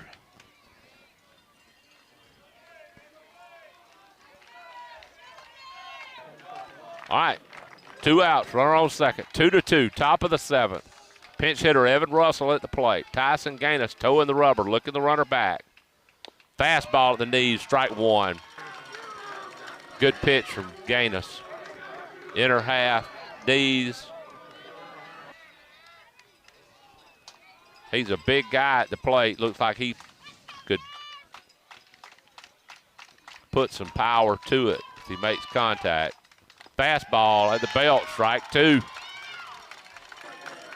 Just got word on the pitching rules as far as this goes that a pitcher is limited to 120 pitches throughout the whole 3-game series. That's right. I knew that. I just forgotten. All right. Gaines looking the runner back at second. Toes the rubber from the stretch, the 0-2 pitch. Fastball foul back. As he was aggressive, he didn't waste a pitch. That's right. It might have been a little above the belt, but it's definitely too close to take for Mr. Russell. I hope that was a showcase up pitch, changes eye level, and come back down now, probably with a breaking ball, I believe is what I would do. Gaines getting his sign from Bird, who's gotten his sign from, I think, Coach Randy Jones over there in the dugout. The 0-2 pitch is a breaking ball, but it goes outside. Good job by Raymond Bird of sliding out. Probably wide of the left-hand batter's box. Yeah, that was way out. The catch. Way out for sure. 1-2 pitch. I'd throw the same pitch again. Not that far out.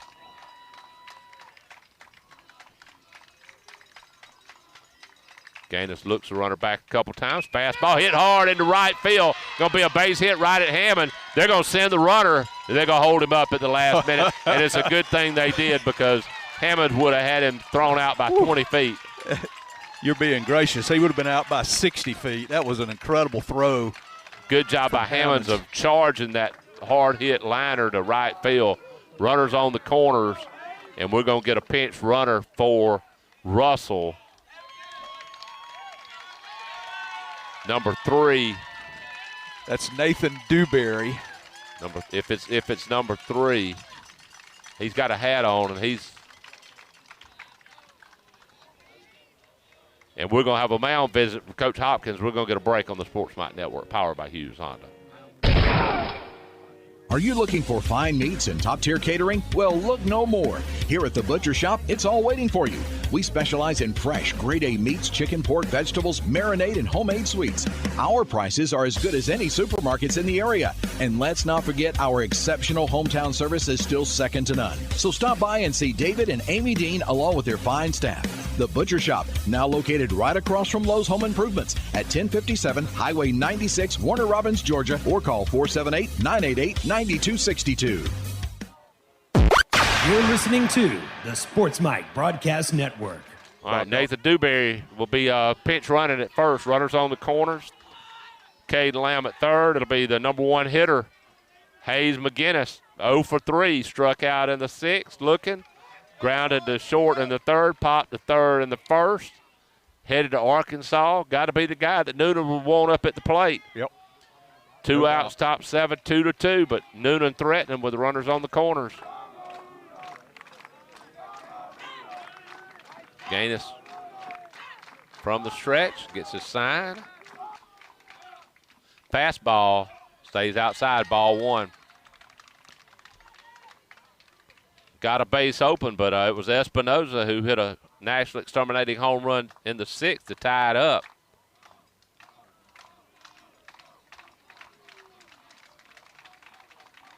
Gaines taking his time. A deep breath, looks over to third, nobody there, looks over to first, doesn't throw it.